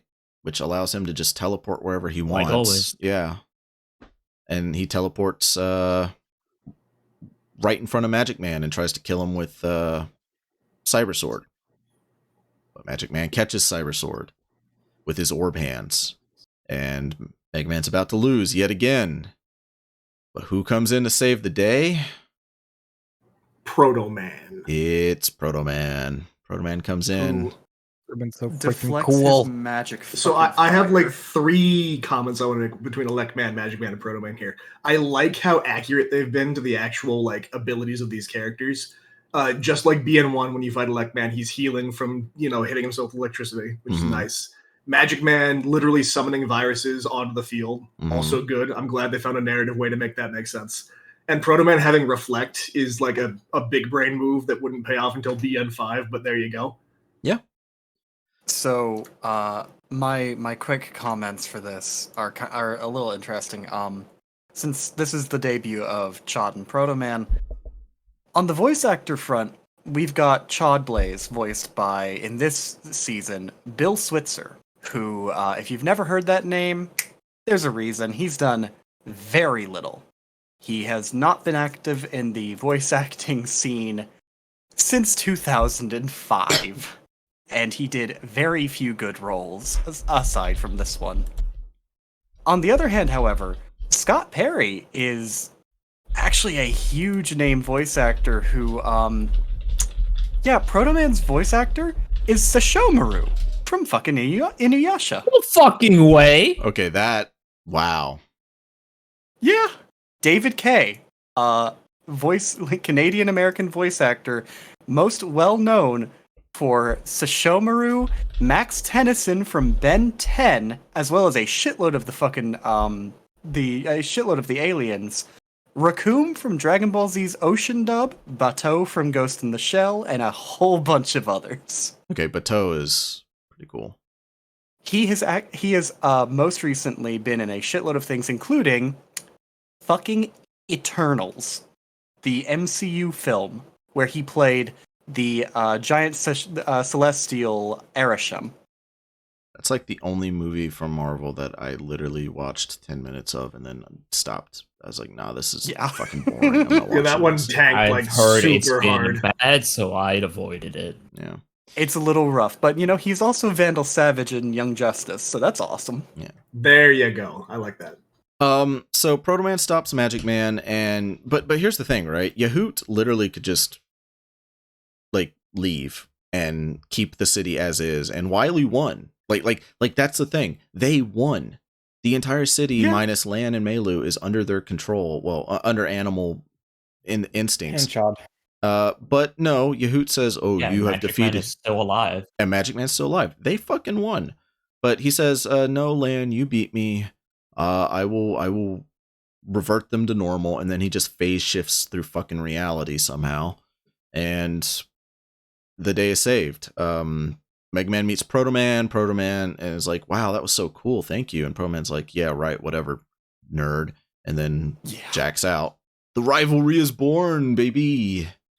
Yeah. And then we cut back to the city where Miss Mari is stuck in a tree. And this is some imagery that I do want to get out because it's a visual gag. But Miss Mari is stuck in a compromised position in a tree, right?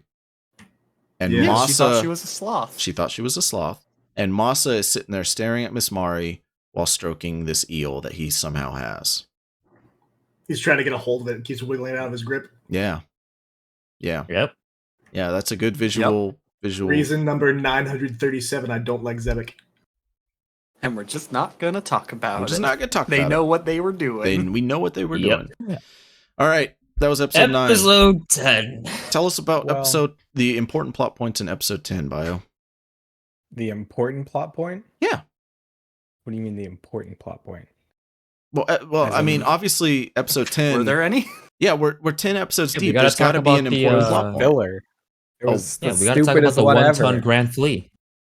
Yeah, they're like, oh, we got Jesus. okay. It does open pretty cool with them like all training together. I always like the fight scenes that they do, but I need to voice my grievances first because I thought I was getting the episode about the start of the N1 Grand Prix, and that was not true.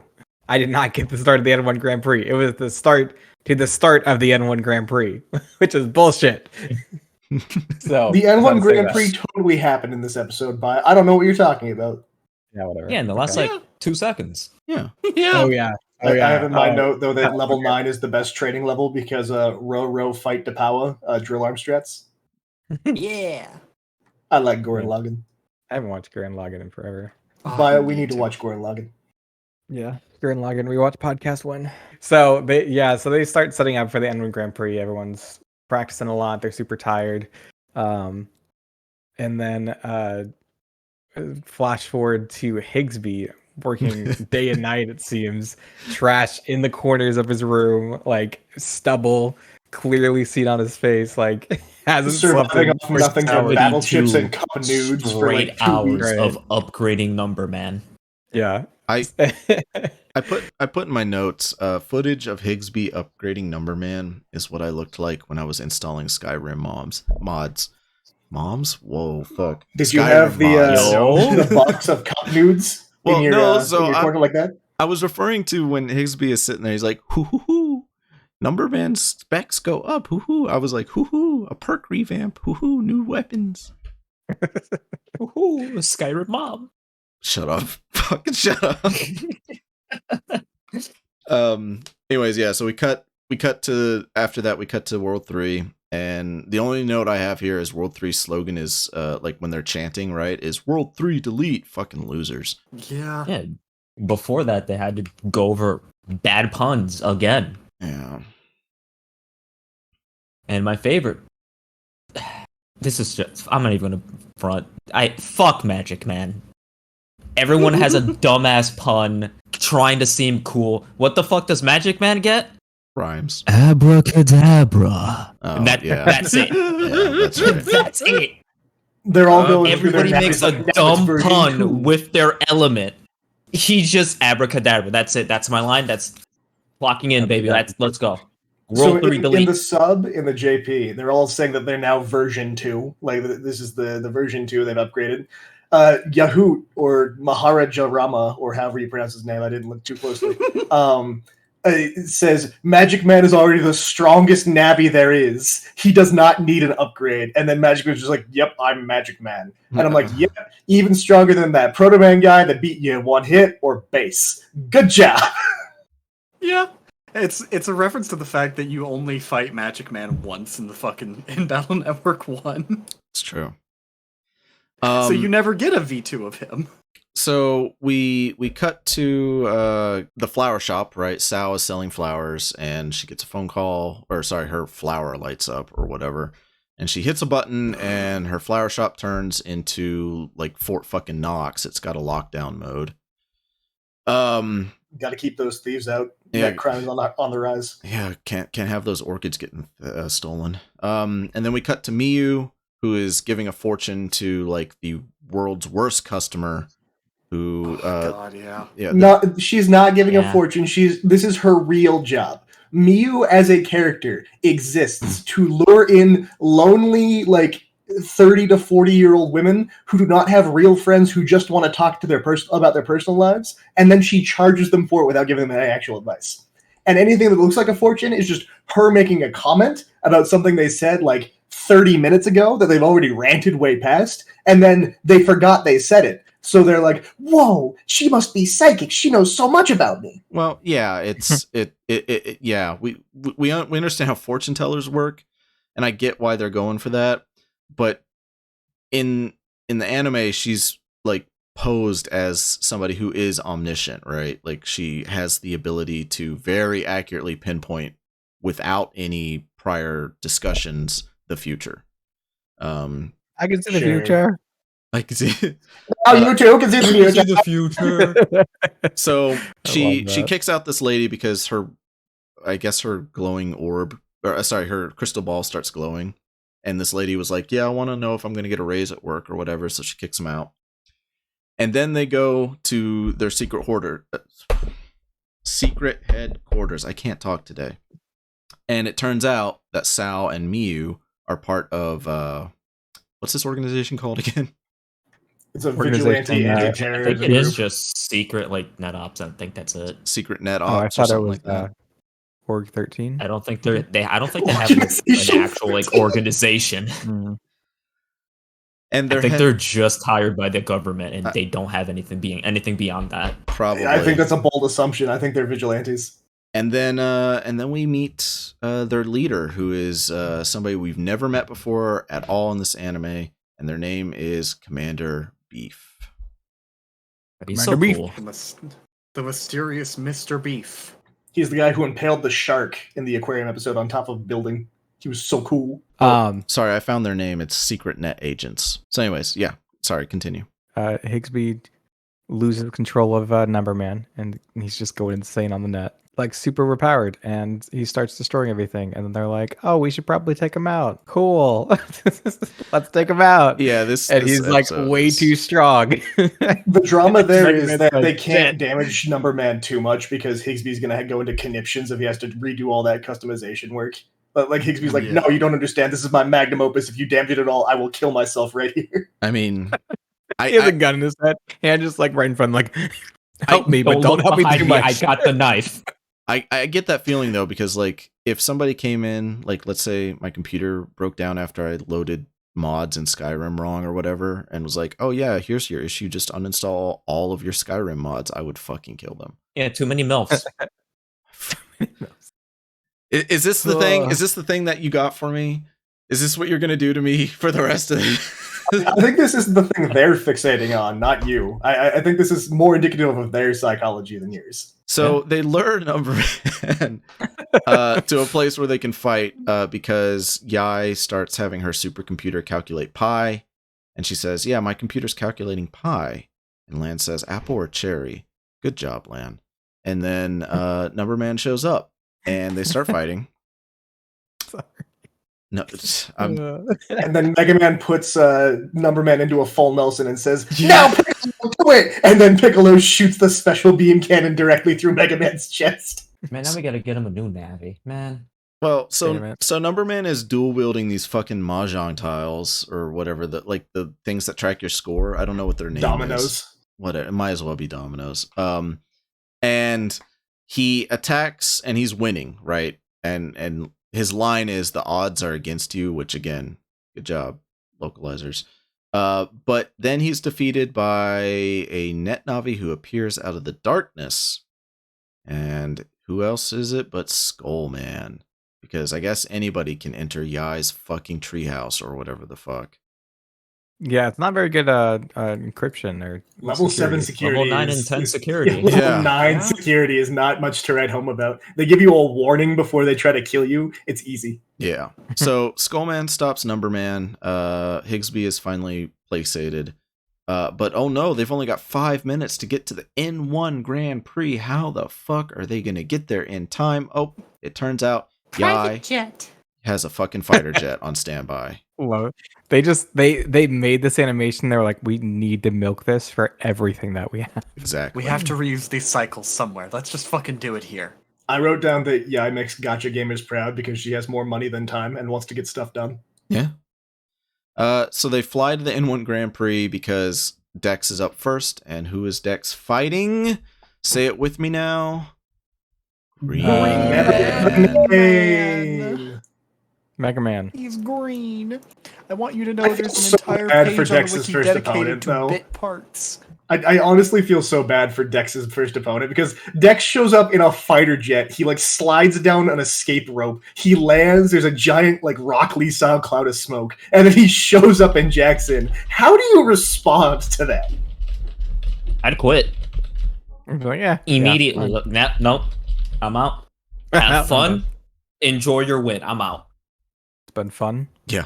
Thank you for the offer. It's been a great experience. Where's my check? I'm Dang. leaving. I think Society would be perfect if we could have live matches like that on Holotrons, you know? What? Like in between the 1v1 matches, like if we could all just get in a big stadium and watch to like a Street Fighter but on Holotrons, I think that would be cool. Yo, look, he's green. Yeah, so we could get jobbers like Green Man, watch them lose live. It would be fantastic. Man. Well, Mega Man's backpack is his chest piece, and he's got Elec Man's little electrical capsules instead of Mega Man's bangs. That's not Mega Man. Yeah. All right, He's visually distinct Mega Man. visually distinct. So one thing, I guess we're closing out here. My notes, I just say, good job fighting that Jobber Guts Man, and then better job fighting that Jobber Proto Man, because Proto Man kills his Jobber even faster than Guts Man kills his Jobber. That's And right. literally the seconds, first thing I write down for my next episode is good job fighting that Jobber Iceman. Can you imagine going to a competitive thing, right, and losing in 12 seconds flat? 3 against Proto Man. Especially when said competitive thing is on a fucking island that you have to go to. Yeah. Like you fly to Yeah. this island, you're all hyped. It's Super Bowl level of, attendees. They're all watching, and you get jobbed out in 3 to 12 seconds. Brother. You have the statistics to back it up, because like they specified that you have to have like a win record of 99 wins.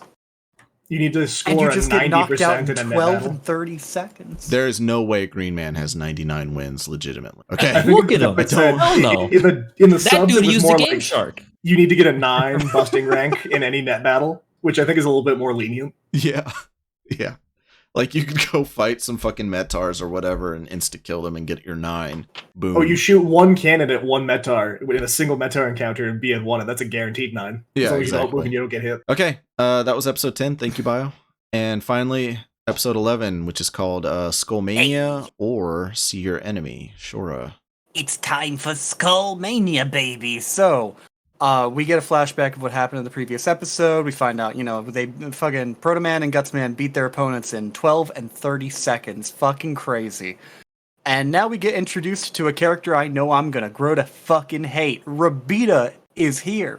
What? What's wrong That- with Rabita? She's fun. I think she's So- annoying. So Rabita is the young woman you hire to be the weather reporter at your news agency because you want somebody to tune in. She can eventually grow from there, but she's sort of like the soft idol until we actually get the VTuber episode. And So there's a bunch Rabita's- of stuff tied up in that. Like Wiley even just Rabita's turns the on TV this- off the second she shows up. It's kind of based. Rabita's on the scene. She's here to be the MC for the tournament, and we get immediately fucking dropped into our first match, which Lan is not fucking around to see because he's rushed off to go get a hot dog and gotten himself lost. It's Iceman versus Rocket Man. What a fucking... I understand they got to fill the show with jobbers for people to beat, but Look at this absolute unit of a design. this dude is One of literally my just favorite. a fucking... That's better than Green Man. Green Man would lose to that man. Green Man would lose to him, Yeah, he but really would. guys, So one This one man touch looks like I a from the discount sub- virus. it's an It looks one like a thing I like from the bastard. sub about Looks Rabita like is that when the cameras first start rolling, she's like, "And when's this thing gonna start?" Like she's actually impatient. She's kind of frustrated, and then she's like, "Wait, we're live!" And then she immediately gets like perky and happy, and you can tell the whole thing. Yeah, I do like that. I mean, So, yeah, Rocket Man, Looks like a carton of eggs. He's just an egg holder. Shout out it's to cheese. Rocket Man versus our favorite little man who smokes 20 packs a day, Iceman. Hey, it's me, Iceman. Fucking hate his voice so much. She's like, hey, those, He's there's so the stupid eggs when I he went out calls to the go get captain 10 and years Megaman. ago. Yeah. Lan's trying to find his way back to his seat, and he runs into Miyu, who immediately just predicts this match is going to be over in under a minute. Also, it's going to rain later. And you know what? She was right on both fucking accounts because Iceman sure does just smoke this dude. And then later on, as Lan is desperately searching for a bathroom because he ate too much fucking food. He had 13 hot dogs and the entire like bento of rice with the fish in it. Three bentos. Three bento. Three bentos. So that's now, a lot of food. Now hang on. Now Iceman does beat Rocket Man, but Freud uses a very specific chip. Nobody say it. Bio, what's the name of that chip? Yes. Which one? The chip that Iceman used in the anime, they call it Cyber Ice. Mm-hmm.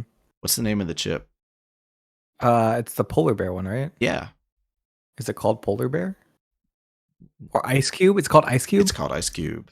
There you go. Hell There yeah! we go. See, I actually really liked seeing that little. I wanted him that to little struggle bit. a little bit more. no, I like it because I know Millennium Mike was going to do this thing where they're like, "Hey, Bio, has this card been in the anime yet?" For know, Oh, so you can't do that in this because I've actually played this. You've game. actually played the game, so it was a little test, but he's got it. He's got I passed. I can't wait till we get to fucking Bubble Man, dude.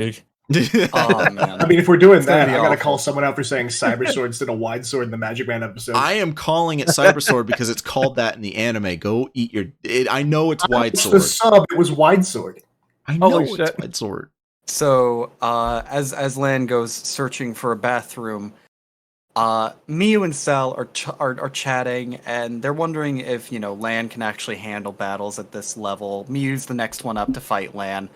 Lan eventually finds a bathroom, and as he's on his way back to things, he runs into Higsby, who's like, "Ooh, you helped me out. Here you go. I'm gonna give you a gift. I'm gonna give you these rare battle chips." He gives him like 20 mini boomers. I'm mini bombs, mini boomers, whatever you want to call them, because the fucking It's rare anime because doesn't know what it nobody wants uses to. these ever because they're shit.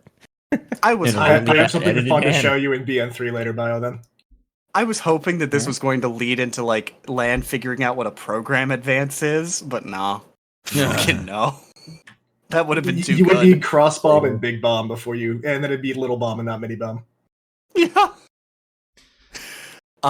So, yeah, it gives him a bunch of worthless battle chips that are totally not going to be important to the fucking plot later. Absolutely not. We cut to Miss Mari and Mesa talking. That's all I have to say on that matter. And fucking next up, time for the battle to finally fucking start after the trio to chuckle fucks have their lines as well. Oh my god. Yahoo Yeah. senses the immense power of Mega Man. He knows that Lan now has 500 potential damage between the 10 mini bombs that Higsby just gave him. Yeah. He's like, whoa, that's an upgrade. We gotta watch out for Lan now. So Oh no, his battle folder has like 7 chips of the same letter in it now. I think we might actually be in trouble. I gotta say Oh something. no, he found out about folder flow. First of all, when I saw the World 3 goons in the crowd, I said, "Oh, good, the Blowjob Brothers are here." A, and then B, Hey. how the fuck does no one notice Yahoot? Because he was on TV. He's famous. He's a TikTok He's star. he's a famous TikToker. Yeah. Because the he's hypnosis just- erased everybody's memory of him. That is There's just- no. Oh, that's No. smart. There's just these 4 terrorists sitting in the fucking audience. And This is nobody why knows. You know what? This is though? why You know what? cybercrime is worse You than real spurred- crime because the terrorists can be in the building and they don't have a face. This is easy. yeah. Would love to know Yahoo's Oh. secret because then they can't get away with saying slurs or doing really heinous things and then Oh my making everyone forget that they actually did that. Jesus. Oh my god. So, Rabita introduces Megaman and Lan, and then as she's going to go introduce Miyu, it's Miyu, but she ain't got no data, and all of her data about her NetNavi somehow mysteriously deleted itself. Oh, I wonder. It's Skullman. He's here again. Hi. It's one of my favorite fucking NetNavi designs. He was Hi. criminally under fucking used. I love him. He's used once in the fucking first game and never again. He's at least a character here and in the manga. Skullman is a good design. so What do you mean? He did get used again. Battle chip challenge. yeah. No, no. That's not a real video game. It plays itself. So I will say one thing. Miyu's last name is so they mispronounce it's Kuroi. But That just means black. So her name is literally Miyu Black. Goku Black. You know, I'm okay with Oh, that. wait, Yeah. hold your fire.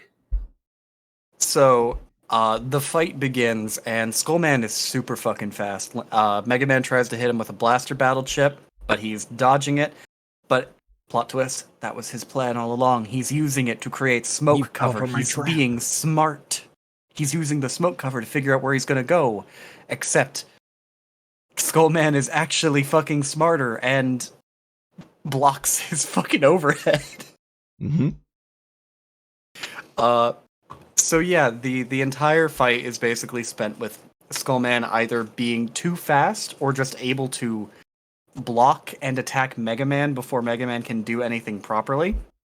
Mega Man and Land basically try all of their fucking battle chips, and nothing's working until Mega Man gets the bright idea of, sure, let's try and use these mini boomers, I guess. And he actually does something a little smart. I'm trying to remember exactly how this fight went, because he uses Area Steel and Cyber Sword to try and trick him a little bit, and it works for a second, but the minute he figures that out, he can't use that again because Lan has like 6 battle chips total in his fucking folder. I get the feeling in the anime they allow you to reuse battle chips. Like It seems like it. so I think even though Lan only has like the 10 mini boomers or the one area grab, he can just slot it in as a combo somewhere else and it works just fine. Yeah. And with the speed from area grab, it will momentarily let Mega Man sort of match Skullman, but Skullman can reproduce that instantaneously, and Lan does not have the dexterity required for that. So Yeah. Mega Man's kind of in a bind. Skullman, as Mega Man is trying to hit him with all of these like sword techniques, Skullman eventually just gets fed up with it and literally breaks his cyber sword in half between his elbow and his knee, which is, I love it when characters do shit like that. Fuck your blade. And then hits him with Ghost Fire, which just great fucking name. Great name. Mm-hmm. Land He's finally so starts cool. slotting in. Land finally starts slotting in the mini bombs, and everybody immediately is like, "Those got 10 power. What the fuck are you Yeah, doing, like- dipshit?" But it's okay because he's got a plan. He distracts him with one mini bomb, and as soon as the arena's covered in smoke, he uses a combo of area steal and mini boomer to just leave the mini bombs in the fucking direction that Skullman punches at. Yeah. He just emailed Skullman a pipe bomb. Catch this, buddy. Parry this, you filthy casual. I gotta say Yeah. though, using area steal to teleport objects instead of yourself, like they're taking some real liberties here. I like it though. It I think is the pretty idea was cool. Mega I Man don't hate it. teleported behind Skullman, but left the mini bombs where he was, and not just like only moved the mini bombs. So- You're like, nah, I don't buy it. Yeah, but that's fine. Skullman, It's still stupid because the way they use area grab is not the way area grab is supposed to work. But still, yeah. Skullman tries to fire off another ghost fire at Mega Man, but he just shoots through it this time, which that's just a thing you could have done at any yeah, time. exactly. Why didn't Len you do flipped that on earlier? Buster Max mode. Yeah, he really did. Yeah, basically. and then Miyu basically decides to say fuck this and slots in an escape and just leaves. Not really. She just jacks Skullman out. She's like, I'm done with this. Yeah, You win. because Skullman absolutely outclassed Mega Man in this episode. And, Oh, absolutely. and I think would've- there's a point to that. Yeah, I think there's sort of a The- point to that. Skullman is acting sort of like the foil to Proto Man, where Chad was using Lan's old Navi to beat not Gutsman, and that showed that Chad was a quote unquote better operator than Lan used to be. And then we saw that This- Proto Man was much faster than Mega Man in the fight against Magic Man. And now Skullman is equally as fast, or just insanely fast. So it's teaching Mega Man to fight an opponent who's faster than he is, and it's showing Yeah, that Lan this has is- progress to maybe fight Proto Man later on. Right. Spoiler alert. This is another instance of the government spy agents going, we're going to test this literal 10-year-old on how good he is at being a potential government agent. Because in earlier episodes we had Sharkman who just fucked around until he was like, okay, cool, I can help Mega Man out now. He's proven himself in this life or death situation. And then Woodman, who did the same fucking thing, because they actually make mention in the episode with Woodman where Black Rose is asked, is it possible that you could have gotten Woodman in there earlier, but just chose not to because you wanted to see how well Mega Man could do? No, definitely not. It's almost like these secret net agents are trying to build land into, something that they could use. I wonder if things like that happen in real life. Yeah. So my notes for this episode were my notes for this episode were a 5-minute net battle. Holy fuck! How did you go into that long of an overtime? Because yeah, net battles are not typically that long. And then the other one was Rabita said when you have somebody that just automatically uses bass right at the beginning. Yeah. Very unfortunate. And then Rabita said something about having to check the rulebook on invisibility, and I wrote, "Bitch, have you heard of the Invis chip? Jesus Christ!" I was about to say. There's 3 of them, and there's also Shadow. Yeah. So the episode ends with Mr. Match immediately going into his little fucking excited gremlin state and going, "Oh, it's gonna be me who fights you next time, and I'm gonna delete you." And then he laughs like a maniac in a crowd full of people. He just does the most psychopathic fucking laugh in the world as he screams that World 3 will take over the world. I gotta say, your Mr. Match is just about as good as the anime's Mr. Match. So, Oh, blister me bagpipes. It's me, Mr. Match. I'm gonna fucking roast your titties. What? No, not his titties. Oh no. Not his tits. Well, that was episode 11. Thank you very much. If you're listening to this and you're going, wow, they kind of blitzed through those last few episodes, it's because I have to take my kids to gymnastics, and so I put this artificial time limit on everybody, so I apologize, that's on me, but thank you everybody for going through it real quick. Type in the chat, blister me battle chips. In the comments. Oh yeah, we should. Oh, we gotta make sure we gotta find the real ones out. The ones that are actually. If you've listening. gotten this far, blister your bagpipes in the comment section down below. If you've gotten this far, jet fuel cannot melt steel beams. Oh no, a second Cyclone Man has hit the N1 GP. No, Gyro Man. again. This episode is over now. Bye. Bye. Everybody. Not.